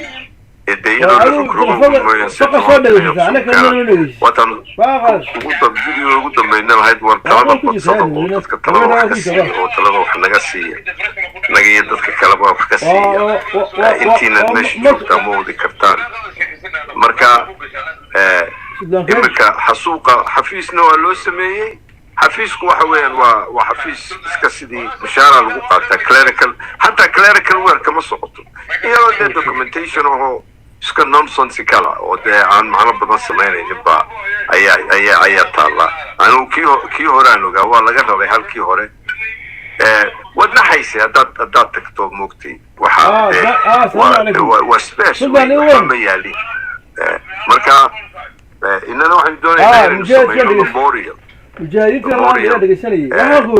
حتى section yeelan wixii dadka lagu dilay hadda la dilay wixii dhiiga lahaa wixii waxaasoo dhan la keeni karo ayay tahay iyo dadka magacyadoodii meel play loo sameeyo sida baniaadamku ma sameeyaan adduunka oo dhami way xasuustaan dadkooda u dhintay markay ugu liidato unknown soldier monument ayaa meel laga taagaa moogtay imika unknown soldierkida oo la dhaafo dunida dadku way wada og tahay marka waad ogtay dadkii vietnam kaga dhintay maraykanka in memorial weyn ay ku leeyihiin halkaa maaragtay ay ku yaaliin washington monumentku halkay ku taalo in halkaa looga ag dhisay inagu waa meelo badan meelihii xataa civil warkooda iyaga ka dhex dhacay waa kuwan isku haysta confederateka iyo iyagu meelo qolo waliba meel bay waxoodii ay ku xusaysay oo dadkii kaga dhintay iyo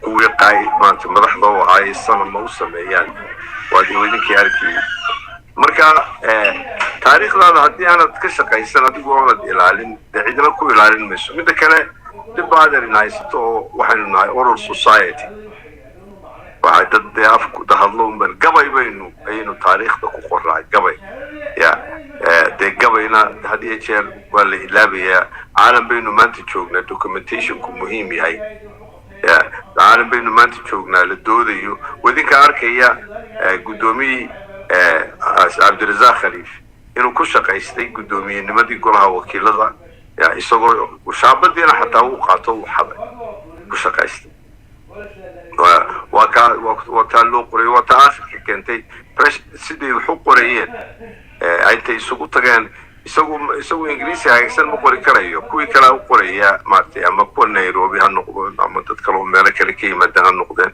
inta loo soo drafting fara badan loo soo sameeyaa buu dabeedna isagu intuu shaabada ku dhinto seexay yani waxa weeye intaasoo dhan waxyaalaha su-aalaha imika taagan xagga waataynu halkan isku weydiinaynay siday u dhacday waxay u dhacaysaa waxa weeye intelligencekeena iyo dee dowladeenuba waa lax ya marka mar haddaanad dowlad giigsan lahayn iska daa inay monumentskii inoo sameeyaan iska daa inay taariikhdii inoo ururiyaan iska daa inay archives imika daar dheer baa la dhisaya halkan magaalada hargeysa halkii ay ahaan jirtay khayriyad waxa la yidhi waa museum dee museumnimada saa meel museum laga dhigaaba ma ahaba leanna waxa weeyaan waa commercial district of hargeysa dad baabaanad kaba baxaynba waxay ahayd haddii wax la sameynayo dowladdu samaynayso dadka intay ama dadka danyartaa u samayso inay hal sidii waaheenkii gubtay oo kale laga dhigo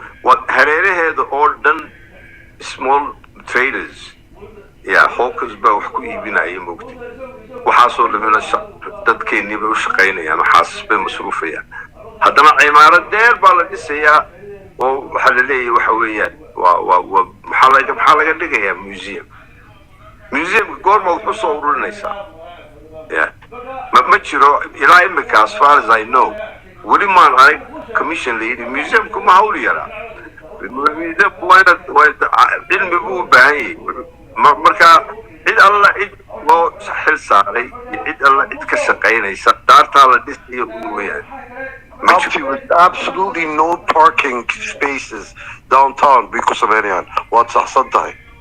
No parking. marka waxa weeyaan arrintan imika adna iyo barwaaqo iyo dee dhammaantiin badhalneeradina halka ku jirta kayd iyo waxaan imika aynu isu keennay waa in ay noqdaan wax horeba dee hawlaha u gasheen inkastoo berigii anagu aanaan ogeyn oo dee markii habluhu ay noo sheegeen inta halkan yimaadeen hadday nala soo xidhinaan anigii maxamed xaashi iyo axmed cali geydi iyo dee waanu waxyaalo badanoo ayaa laga yaabaa inaanu la qaban lahayn inkastoo marka qaarkood annaga iyadaa waaweyne meesha dee taariikhda kule kuwii aanu halgankii ku wada jiray aanu ku wada dhaawacnay lagu wada murxeen aanay si wanaagsan oo marka qaarkood noo soo dhaweynayen maxamed kaahin baanu u tagnay wasiirka berigii laasaanood intaan dagaal kuba dhicin markii ay iyagu soo daayeen iyaguna meesha joogeen ay kuwani shirayeen een dagaal kuba dhicin baanu talo ugula tagnay 6 iyo barkii subaxnimo ayaa ninka wasiir ku-xigeenkan weliba aanu sii maray oo nin dhalinyaraaba ilaanaa ballan idinka qabanaya ii kaalay waanu u tagnay 7diiba xafiiskaanu ku jiray waxaa la joogay qolo reer Lasoola ayuu markaa la shiraayo la fadhiyay inantii secretariat ahayd baan u furan waxaan ku leeyahay halkan waxaa jooga professor Absalaan iyo Axmed Cali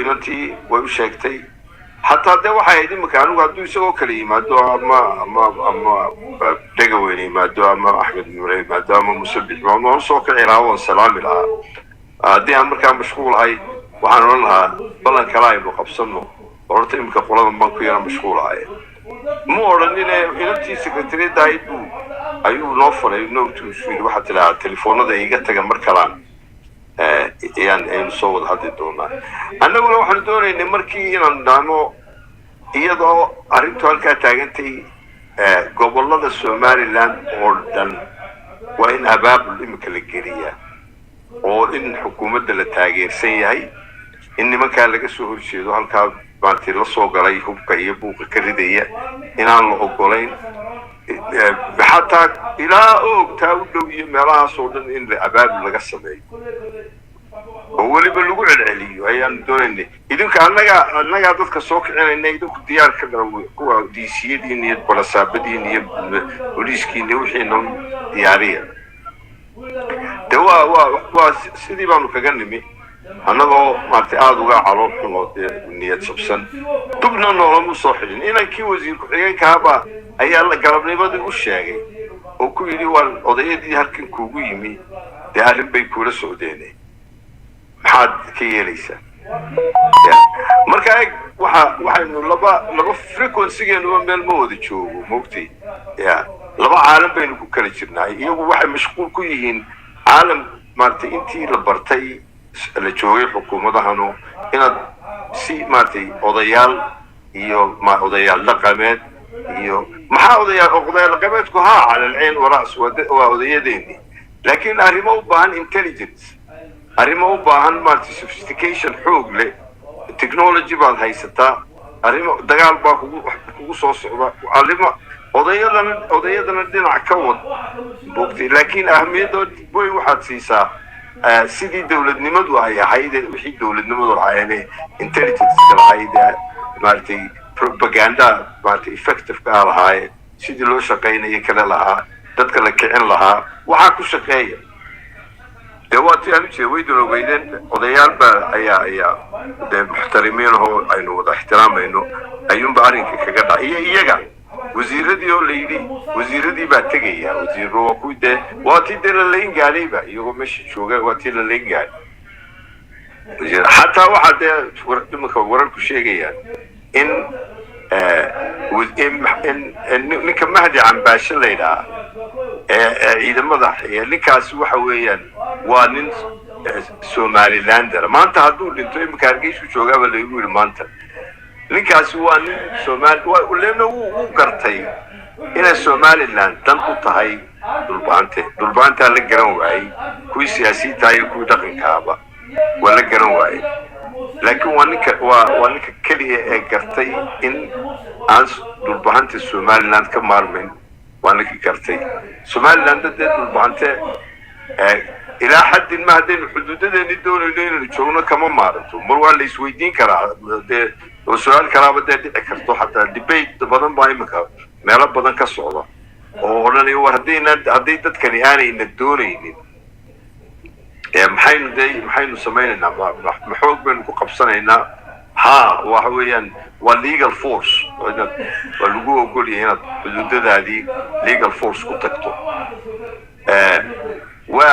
وحويان هدي أي تاسي دبعت كوتون الأود وراهي إنه مرول بالديستربنس كوك عيان دولة ديرو دقالة بدل عن لنا أنا هاي سؤال كلامي اللي سويدين كلا اللورن كلام مين ده عدي إن أقولهم بين دولة النقطة اللي وحويان دولة دوائن رالي لقي عيو dadku ay raali ka noqdaan marka debate-kaas ay meesha maraya marka taasina waa de arrinka guud ay haysataa tan imika aad ka hadlaysana gaarka ah inaynu taariikhdeeni siiba xasuuqa document xataa waxaan arkay imika Twitter ku arkay in lagu soo celiyay nin waxaa awdal baa dad lagu laayay oo maartay haddii lagu laayay hal ayna tusay xaqiiqiyad Cabdiraxmaan oo Alwaan Nuuri isaga ciidamada markaa madax ka ahay ooti hal xaqiiqiyo haddii xaqiiqiyaan waynu qoray waynu iyada qudheedaynu aynu xasuuqaas oo waynu will take our responsibility hadaynu asana may ka mas'uulahay waynu anu waan ogay in dagaal la dhaceen laakiin aan xasuuq deliver xasuuqa waa inaad marka hore isla fahamtaan dadku xasuuqi ma fahamsana xasuuq waxa weeyaan waa marka dad civilians oo aan competitors ahayn oo dagaalamaynin oo jooga inta la soo qaado kuwa markad dugdure lagu dilay sidii kuwa burca lagu dilay sidii kuwa lagu dilay kalsheekh sidii kuwa berbere lagu dilay waa markaad inta dadkaa soo ururiso kuwii sheekh lagu dilay dad masaakiina soo ururiso dabeedna intaad meel suu geyso aad xabad sidaa u mariso taasaa xasuuq la yidhaha laakiin way dagaalamayeen qol dadka ama dagaal ama cross fire dad ku dhintay oo dee collateral damage bay ayaa dad maanta warfare jargonka la yidhaha dadka dagaalada ku dhinta sidaa Suudaan tahay imika istilaysa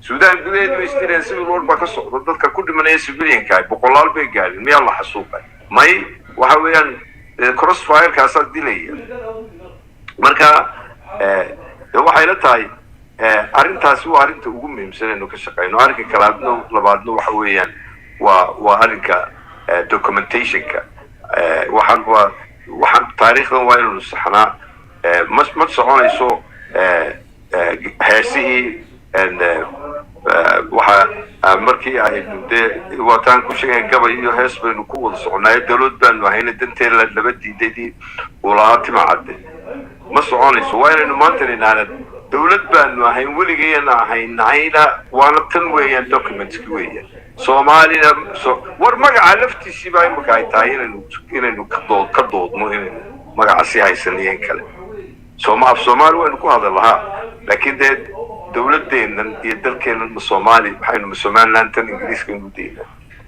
marka waan idinku soo noqonayaa salaadii maqrib baan loo taageero salaadan qabanaya dabeed markaa waan idinku soo noqonayaa wixii su'aalo weydiin doontaan imika waan ka yara baxaya Hey, now Professor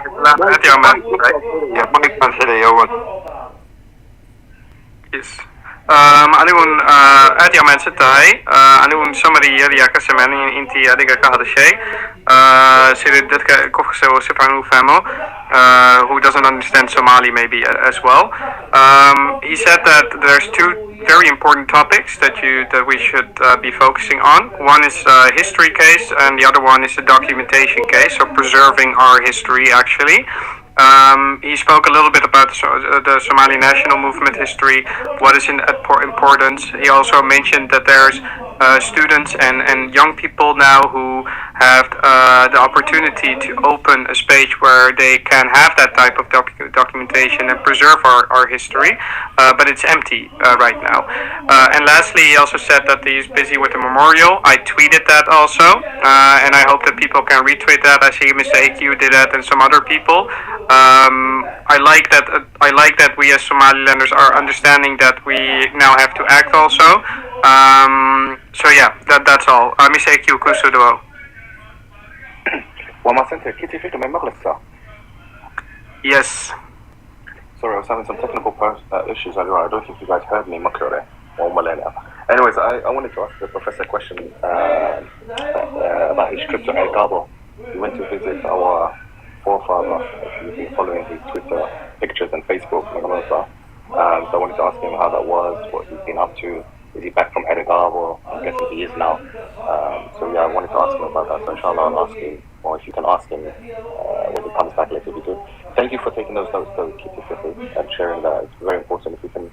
You know, the professor's doing really good work. He and his team, he's Mohammed Hashi, who's the former Wazir Kimaliyati into Silanio's regime, and Ali Ahmed Gadi and these people. These are like strong people that we really need to get behind. These are the guys that we should be supporting in whatever capacity and however. So the idea that he raised, by the way, about organizing, starting a company, I think it's starting a fundraiser. Like if you want to raise funds, we need to start an organization. It's super important. He mentioned that, and I think that's super important. So that's in like in America, if it's a 501, they're relatively easy to set up, or charitable status in the UK. Because even the UK team that have done the work, and they've done really good work at the UK Somaliland Alliance, really, and we must take our hats off to them. Boys and girls who did literally some of the most fantastic work in the UK, not seen for a very long time. They, you know, a lot of the funds was just created internally between friends and family. So we need to find a way to create these organizations, charitable stuff, where at least, because money is what's needed, even for the basic, simple stuff, resources, campaigns, so I don't think we should be afraid of organizing like in that structural manner. We do need organization like that. Definitely we should be, I think Edna was telling the professor last time, but we should be saying we need to push this professor for starting like opening a fundraiser as well in Somaliland. That's one of the best things he can do. His company and his people, Kisi organization, Kisa, he's moved now away from politics. Madam, they weren't successful in the last elections, political associations, they weren't selected for financial reasons as well. That was one of the reasons that they were unsuccessful, was because of Lahan. Unfortunately, politics has become a money game, and it's always has been, but it's a huge amount of money though. Like for you to set up a political association in Somaliland, it's a big problem, even as Dalioro, you can have all the wise ideas and whatever, and the activists, but if you don't have that money behind you, you ain't getting political advocacy and things of that nature. So I definitely think we should support this Professor Mujahid and his organization if we can. And definitely we'll start with this fundraiser for this memorial. I think that's one of the most important things. But there are multiple things that, he's doing some good work with his YouTube videos that he produces on a weekly basis. He sends it to me actually quite regularly. He does a lot of YouTube interviews that we need to support, and he needs the money. So if we can't even do ourselves or without doing whatever, let's put the money behind initiatives like this. The professor, he's got a team around him. These are like founding members of the SNN. These are guys with like high achievers. I mean, for them to have achieved what they did with SNN and outside of that in their personal life, these are high achievers. These are special breed of people that we have amongst them. So we must appreciate that. And we must support them. He is one of our saviors, Professor Mujahid Khan, Sahib Adi Sawaku Sheikh Mohammed Hashi, who resigned, by the way, from the Wazirki because of the level of corruption that was taking place. During the Silani regime, he resigned. He said this is ridiculous. He couldn't, and so now the corruption level has reached preposterous levels in Somaliland. It's ridiculous. There's no level of accountability, and it's a nightmare, and it's something that's going to hamper us going forward, especially this excessive level stuff. So, what's we're doing in Fiqi, we need to start that campaign, or he needs to start the fundraiser. The professor already, I'm sure, has an organization. He needs to create a bank or something where we can He's already got the team, good Dubu Haista, Ashabu Haista, and then they can get on to do with the work on the ground. Earlier on, just the point I was making briefly, and I'll finish up here, was about we need to get the information we're discussing on Twitter onto Facebook, because that's where a lot of our people live, Somalilanders and Somalis in general. So it's all well and good if we keep it here. I'm not a Facebook person myself, but we need to get the debates and the conversations. I was mentioning earlier on, someone was just messaging me about these spaces get recorded, by the way. So even if you're not recording your space as a host, people are recording these spaces just for the record. So be mindful of that. Although that's illegal and goes against the terms and conditions of these things, no one's allowed to be recorded, but unfortunately they are. But what ends up happening is they end up uploaded on Facebook and other places, and they get shortened, and mockery, and they're taking your words and people's words out of context. As part of a robust propaganda campaign. And we know these Somalians, what they are. They don't stop no end. Even yesterday on my space I went to 2 days ago with my Jewish and Saudi and Emirati friends, they've been recording it and sending snippets to discredit what I was saying. But it's all good. So let's try and get some of these campaigns, the fundraisers, some of these ideas that we're sharing, de jure, de facto. Let's get them on the Facebook, I would say, especially those of us that are on Facebook. Get these things on there, upload them. Use your other channels, Kaga. This you don't understand. You might be thinking like, oh, what benefit does it have? It has a huge benefit, and that's maybe the other question, Qiti Fiqi, that we can ask the professor about. He's on the ground anyway, Somaliland. So obviously we can put money into his organization and he does work. But what's the way that how can we, because at the end we want the people that really want change. How do we get them to understand the tools and the methods and mechanisms to bring about that change? Ultimately they can bring about the change, and I think the population statistics is like roughly saying like, I think like 70% is under the age of 35 or 40 or 35, I don't even know. It's a young population. And so that energy needs to be somewhere proactive and productive. And they can't be sitting by watching the corruption and the mismanagement and all this nonsense going on, and they don't have a say, and they have to have a say. So one of the says that they will have is the elections upcoming. They will vote. So they need to make good votes. Whatever good looks like to them, they need to know what good is, and they need to vote accordingly. You can't vote on tribal lines, unfortunately, although that's just the way our system and our country is set up, but they need to vote for their interest. Just like they did yesterday with Abdul Karim Ahmed Moge, they need to do the same thing for the general elections. You can't vote based on tribal lines, especially these Daliyada who are held hostage by the Uqasha, Salatin, and that's not right. So we need to find a way to empower them. So that's something we can ask the Professor Magrasa. He's already doing work, but what can we do? And I think it's good that we are connected as a diaspora to the locals as well, like Abyan and others, who tell us like what's happening on the ground, and we need to know that, because the Somaliland context is different from the American context. It's not England, it's not Germany, this is Somaliland. There's a way that things work, so we need to understand the way and the systems that work, and then we need to find ways and tackle and like how the Bulshada Yadaliyaba, they can break it apart or change it or use it to their benefit, because that's all they can do. So we can't break the system, we have to remold it and to our benefit can. So the question is how, when, which things are first, what's priority. This election is super paramount as well. So I don't know if you guys have seen the statistics by the Somaliland Electoral Commission. Nambarada is not, it's down on the card key that people that registered, the people that have taken the cards is down, and there's a lot of reasons for that. Is also we need to you have to vote. This is your democratic right, and it's important that you vote, because your development depends on these kind of things. The person you elect today will determine your fate for the next 5 years. So Assalamu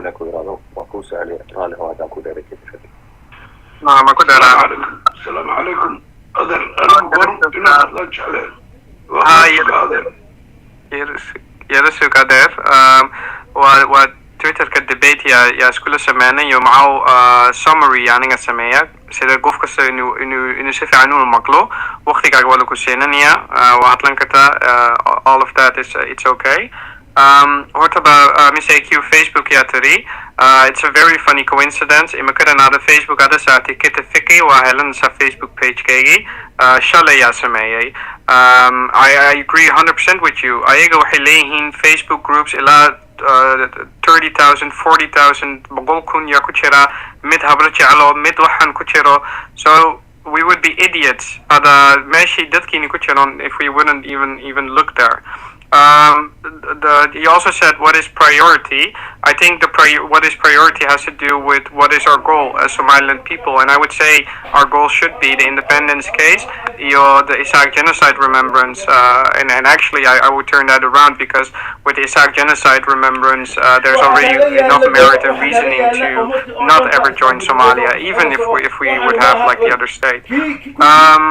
And the registration with voting, I've talked to some Somalilanders on the ground, and what I'm noticing is also that they have a lot of misinformation. That there were youth that I've spoken with, I would say Koyutuan, that don't know anything about the Isaac genocide. So that's very confusing, very disturbing.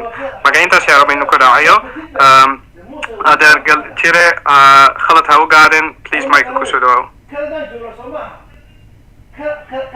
أدر يا دوم ما تصدق تنكي السلام عليكم ورحمة الله وبركاته. تدبنتوا السلام يا أدو جل إنهم مرور بيدين ما تنال كقابل.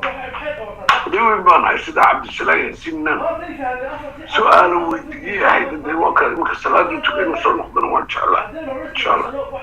يا نو ديوين بان هاي وهذا مقلة سبب فليا. سرعان. أوكي. وحوي قف هدان تاريخيس أقول وحوشي وحبك بتشرن وقوان تاريخيس صوبر إذا عيال كذا ما فيش نشوف كل شيء بتونا عبد السلام في سؤال ويدينا وأننا قويانا وأن بروفيسور نوحنا وين سديتك أرض الحين حبيبا وهين نحتور كسميسي وفرلو حبيبا وهين والله كيسر الوقت waxaan waqti laakiin su'aasha aan doonayo u baahanahay in laga jawaabo gumaystuhu markuu inoo yimid ama faransiis ha ahaado ama ingiriis ha ahaado ama talyaani ha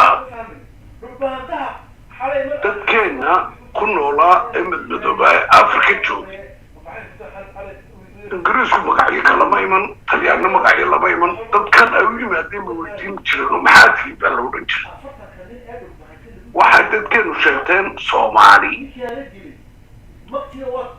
dhinacan waxay naga xiga reerka la yidhaahdo Majeerteeniya dhinacan kale waxay naga xiga Jabuuti magaca Soomaaliyeed may sheegin dhinacan kale Ogaadeniya qabiilkooday sheegteen waay Soomaali inuu sheegan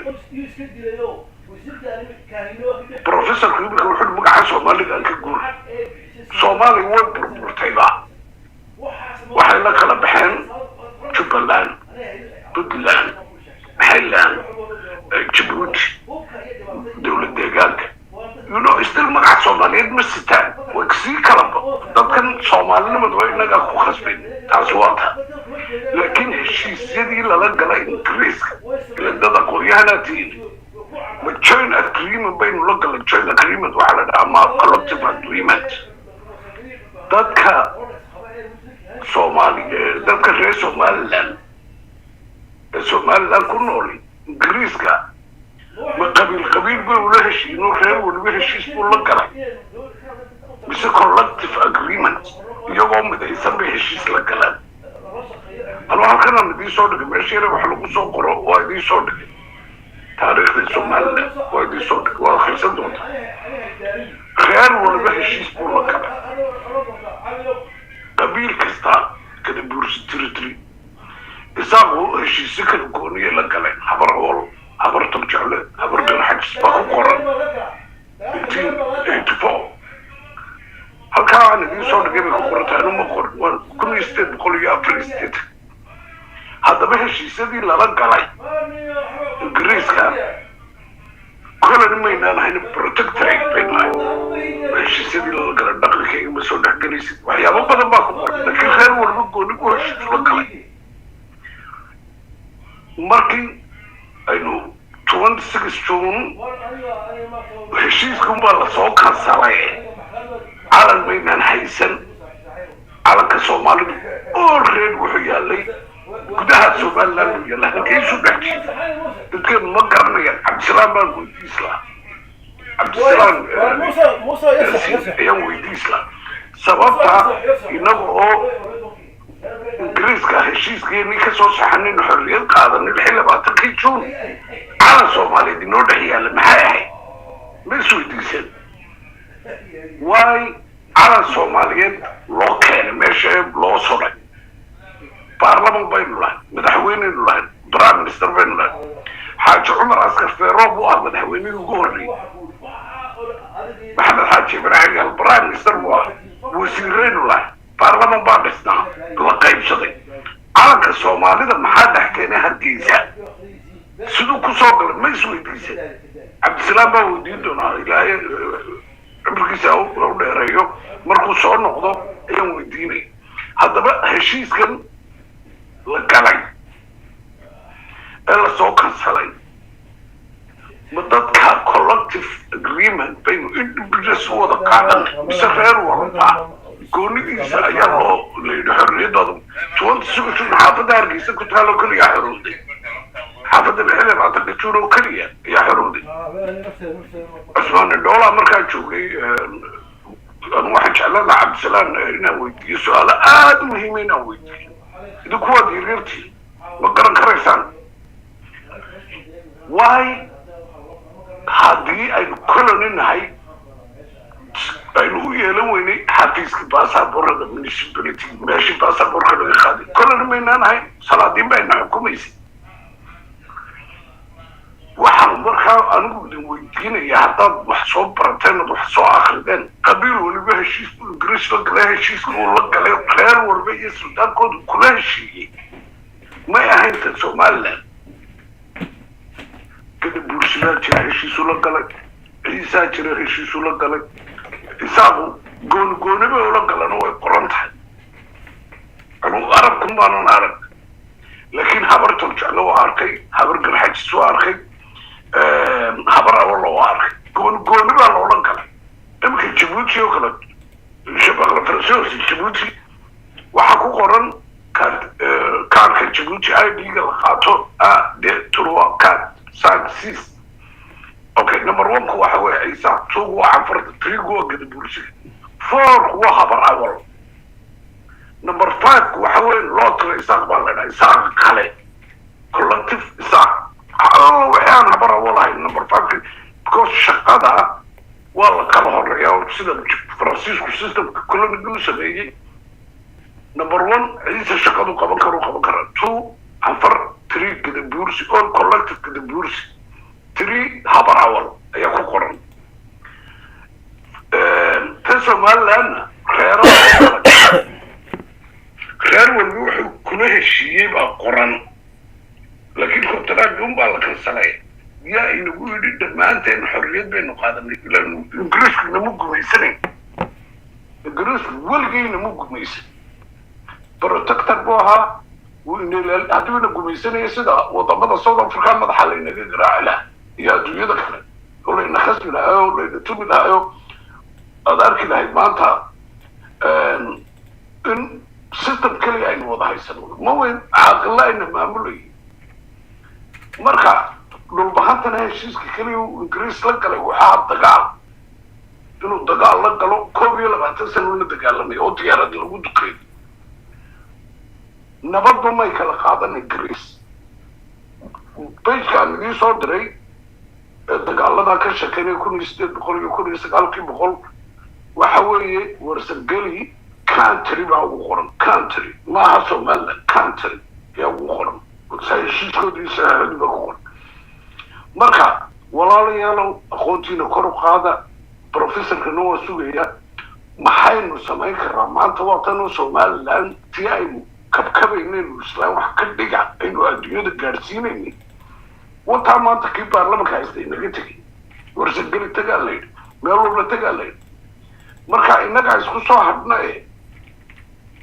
sidaynu u wada noolaan lahayn baa professorka weydiin lahaa 1982 imka markuu maxamed xaashi ka sheekeynay markuu ka injineer Saleebaan Gaal baa diintiisa waxbarashada Soomaaliya no aha general director of education of Somalia ayuu Saleebaan Gaal ahaa waxbarashada wuxuu siin jiray reerkooda habar jecla baydha buu dhoofin jiray qaar turkiga maxamed baashi baa ka mid ahaa waxaa ka mid ahaa Daddy, Adaf, waxaan arkay 26 of June inuu rabo inuu reply inuu ku siiyo marka shaqaalka waa wadiisay marka it's better in a debate in ka dhigano marka 26 of June waa mahadsantahay thank you waa salaamaya Hey, no disrespect to Hachi, only Dalsame, but my hand's been up for quite a minute, bro. But I'll let you go. Go ahead. I'll let my man go first. Dalsame, go ahead. I was gonna speak on two things. Like in go ahead. Dalsame. I can wait. أتوقع كسوي كراية بسرعة. ما فضل يا ابن عمي. ninka odayga codkiisa maanta igu horeysa nin weyna uu yahay waan salaamayaa waxba ku odhan maayo laakiin halkaa uu ka garaacay maan jeclayn meel fiican oo qurux badanna may ahayn hadduu raggii ufa uu ahaa ama raggii dhagaxtuurkii uu ahaana dee maanta ninkii cabdisalaam waxaa weydiin lahaa may ahayna ninkii dhalinyarada wuxuu sheegi lahaa buu ahaa Somaliland 26 June warqadii aynu ku soo afjarnay British Protectorate wixii la odhan jiray qabaa'il kumay qorneen waxa ku qornaa government amba state of Somaliland taasi waxay jawaab u tahay waxa la wixii qabaa'il ay tirinayso oo dhan inay magaca dawlad ku qaateen ee aanu jirin qabiil dawlad la siiyay iyo qabiil xorriyad la siiyay waa arrin dadka badankooda u saaran warqadaas soo afjartay wixii la odhan jiray Protectorate-ka 26 June wixii ka dambeeyay oo ahaa 27 June maynaan ahayn protectorate qabaa'il heshiis galana maynaan ahayn state baynu ahayn modern state de jure oo independent sovereign country marka arrintaas u malayn maayo inay u baahan tahay professor Cabdisalaan iyo cid kala toona waa arrin ay imika ka daragsan yihiin dhammaan inta isbeesidan timaada iyo inta warkuu gaadhay si toos iyo si dadban marka maan jeclayn inaad warsangelina country ku sheegto dadkaagiina aad tiraahdo Saleebaan Gaal baa reerkooda wax siin jiray wax laga qurux badan yahay weeyaan dadkan waxa way ka kobceen way ka caafimaadeen halkaa ma marayaan waa ku cudur daaraya inaad la soconin baa laga yaabaa marka ma doonayaan dib ugu noqono wixii oday chamber ku sheegi jiray baataaja inta u dhaaf maayo ninka odayga sababtan loo gogosanayna waxa weeyaan badankiina waa idinka weynahayo inaan anagu isku daani baa laga yaabaa marka dad caafimaad qaba halkan yimaada xisbiyada iyo habraha iyo waxa uma aftirino dagaal baan ku jirnaa cadow baa adduunka oo dhan isaga habar wacday waxa title-keenu yahay lobbying baynu ka hadlaynaa lobbying xaflad weyn baa lagu qabanaya Hargeysa 26 June oo ah maalintii ay dhammaatay wixii la odhan jiray British Protectorate waraaqahana ay ku qoran tahay inaanu state nahay sidaa aad sheegtay adigaaba sheegay inaan madaxweyne iyo prime minister lahayn iyo baarlaman iyo wasiiro calanka 58 ka calanka shaydaanka 58 ki aadan cadda keenana innagaa durbaanka tumanay oo ilaaq dalbanay innagaa qoladii naasiriyiinta cadan ka timid dadka ay brainwash ku sameeyeen ee Soomaali weyn iyo waxaan loo fadhiin ka soo qaateen dad shisheeya oo wax lagu soo dhex tuuray bay ahayd wax home grown oo ka dhashay maahan wadankeena waa wax in yaro iliidi wadatay weeyaan marka calanka shaydaanka ee Florida laga keenay in laga taaga Hargeysa waxay ahayd one of the mistakes face ka ahayd asna ma isticmaalin quraana lagama taagin 91kii imakana kama taagna dastuurkeena kuma qorra marka wuxuu ba kamid tahay turooyinka aynu soo maray iyo dhaag historyga ay mas'uuliyadda qaadayaan intii bariga la timid waxa amba aadan cadda u dalbatay amba u yeedhatay amba SWL iyo waxyaalaha badan ee ka hor imanaya heritage-keena saxda ah ee nadiifta ah sidoo kale dadku markay heshiis galayaan madax ka tiris ma aha cid walba ma gasho in baa u gasha inta kalena maadaama ay ka aamustay raali inay ka yihiin bay calaamad u tahay 19 burco reer Soomaaliland badankoodu populationku waxay joogeen xiriyaha qaxootiga intii elite-ka ahayd ee burco ku shirtay baa go'aanka inoo soo qaaday intaas ayna matalaysay dadkoo dhanna ma wada matalaan cid walba ma matasho inta markaa joogtay u geysaa ahl alxal walcaqdi baa la yidhahdaa inta u xidhee u furta inta kale hadday ka aamustay raalli ka tahay sidaasay ugu boqran yihiin madaxa u saaran yihiin marka in la yidhahdo muxuu ree hebel uga muuqan waaye ama muxuu ree hebel caynka u noqon waaye kadibna sheekadu hoos usii dhadhacdo oo saleebaan gaal baa reerkooda waxbarasho siin jiray gaara waxaanu fahmayna maaha af meeshan u baranay maaha waan ka baxayaa intaaga laakiin fadlan dib ha inoogu celinina dad akhyaaroo kala badanna gacanta u taagan tahay uu ku jiro fruit of snm iyo fuaad iyo back to other my other my side wax yar yar rabay ku daro one little thing 1961 referendum iyo Somaliland samaysay oo ayaga yiraahdeen maxaa rabnaa what we want 78% oo dhan yidhi we are Somaliland iyo qof kaste vote yu ku sameeyay every tribe marka tribekaas aniga la yaabin yahay why are we talking about Qabil how identity gini family gini waxaasoo dhan but we have been Somaliland for the longest of time markaas intaasun yaa rabay inuu ku raaciyo fruit karaaleho another time go on the mic waad badbaasatay horta intaa yare xaaji dalsame oday sacuudiga ka sheegay baan doonayn yaro galo in adeerkay Mr. AQ-na inuu yaro guujiyo anaga waan isgaranay waan isguujinay in adeer dee kelmadan regime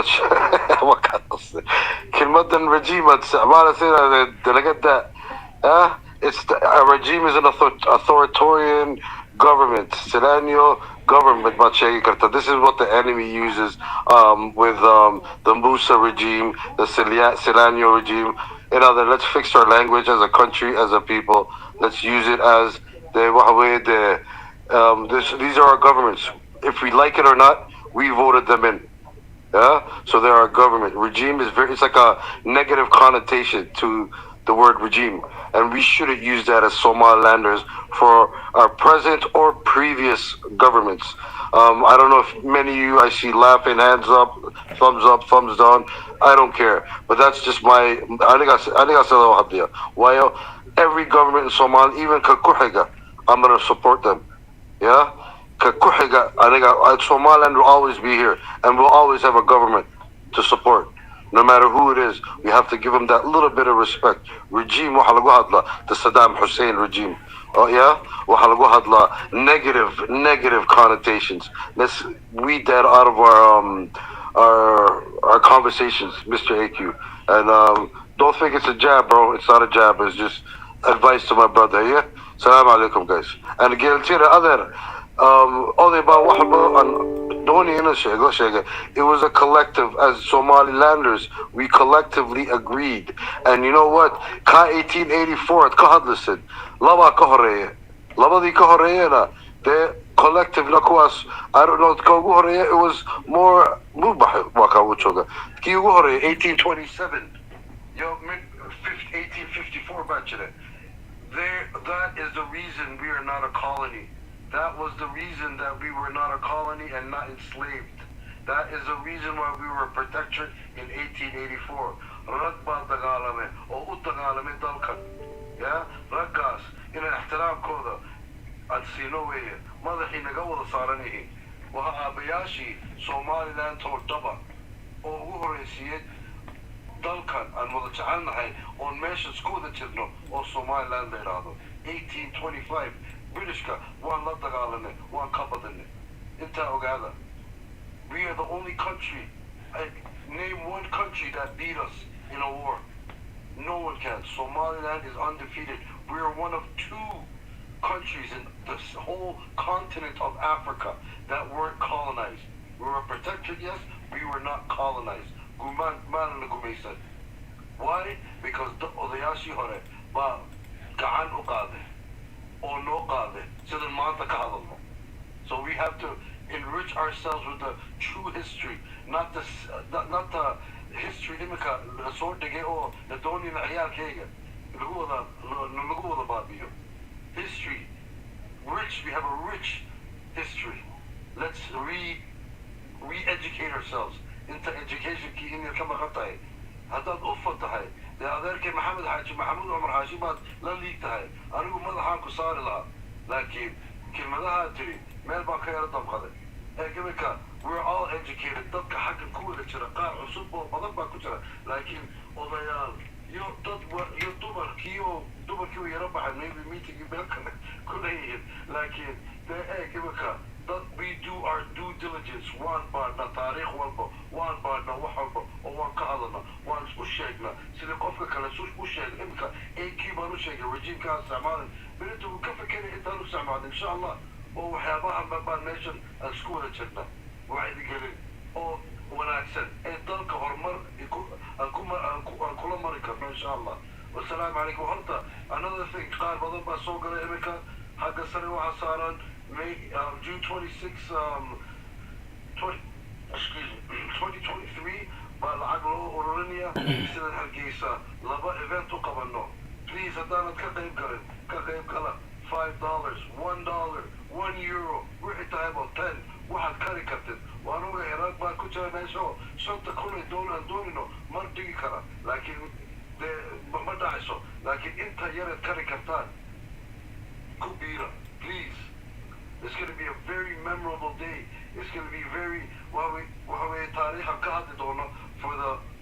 the next generation to come. 60 years from now, June 26, let's all be and I know what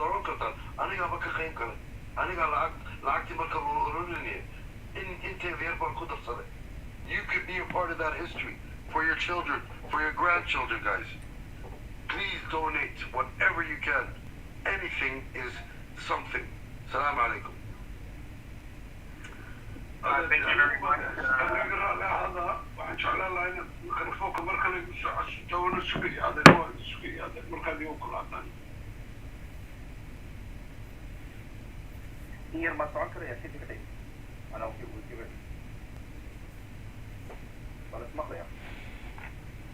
Yeah, we can hear you. Okay, I think Qiti can't hear him. He's off the mic. For that, why you got me? I'll bear that in mind.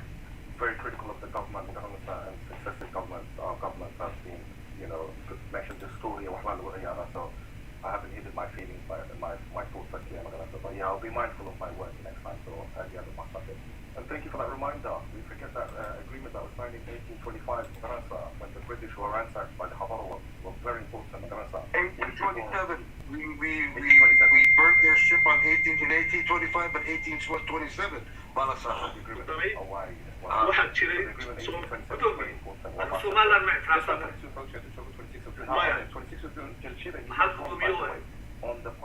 waxaa gudoomiye u ahaa hadalkaygina aan ku daray waxaa jiray Soomaaliya way burburtay waxaa la samaystay maamullo baa la samaystay waxaa go-aankayga iyo taladaydu ahayd goobo badan aan ka sheegay anigoo wasiir ah iyo anigoo gudoomiye ah maaha keliya gudoomiye ahaa xukuumaddii ka horeysay 5 sannadood iyo midbaan wasiir ka ahaa wasiirka ganacsiga warshadaha iyo dalxiiska ka noqday wasiirka wasaaradda hawlaha guudgaarinta iyo guryeynta ka noqday waxaan sidii aan tilmaamay ay ahayd in ay ahayd wax loo baahan yahay oo waqtigeedii yimi oo in lagu meel gaadho ay tahay oo ay ahayd dadkayguna runtii tala midaysan oo ay meel ku gaadheen aanay jirin oo ay meelo badan kala jireen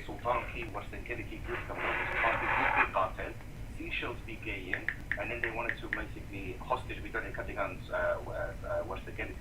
to kind of renegotiate the terms and whatever favorable terms that they had, by the way. So Tasin Dorian just to quote Akirayo or the Chile is not wrong. Well, Western Gali country Bakukaran, the legal document is actually what was they were called from the So Tasi way Allahumma salli ala point key you can share sorry babe waxa la leeyahay and not get rid of his name for many reasons. And one of the reasons we cannot get rid of it now until we get our recognition is because it's tied to our historical British Somaliland, your Somaliland way. If we give that name up Manta, what will happen is we will lose it and Somalia will claim that name. So the question is not about changing the name. I think there's a time for that. Like once we get our Jaraf Kenya and everything's back in order, we can change the name, we can change the flag, we can change whatever we want. These things are all changeable. Like in Manta, I don't think it would be wise to change that name, despite the confusion it creates between Somalia and Somaliland.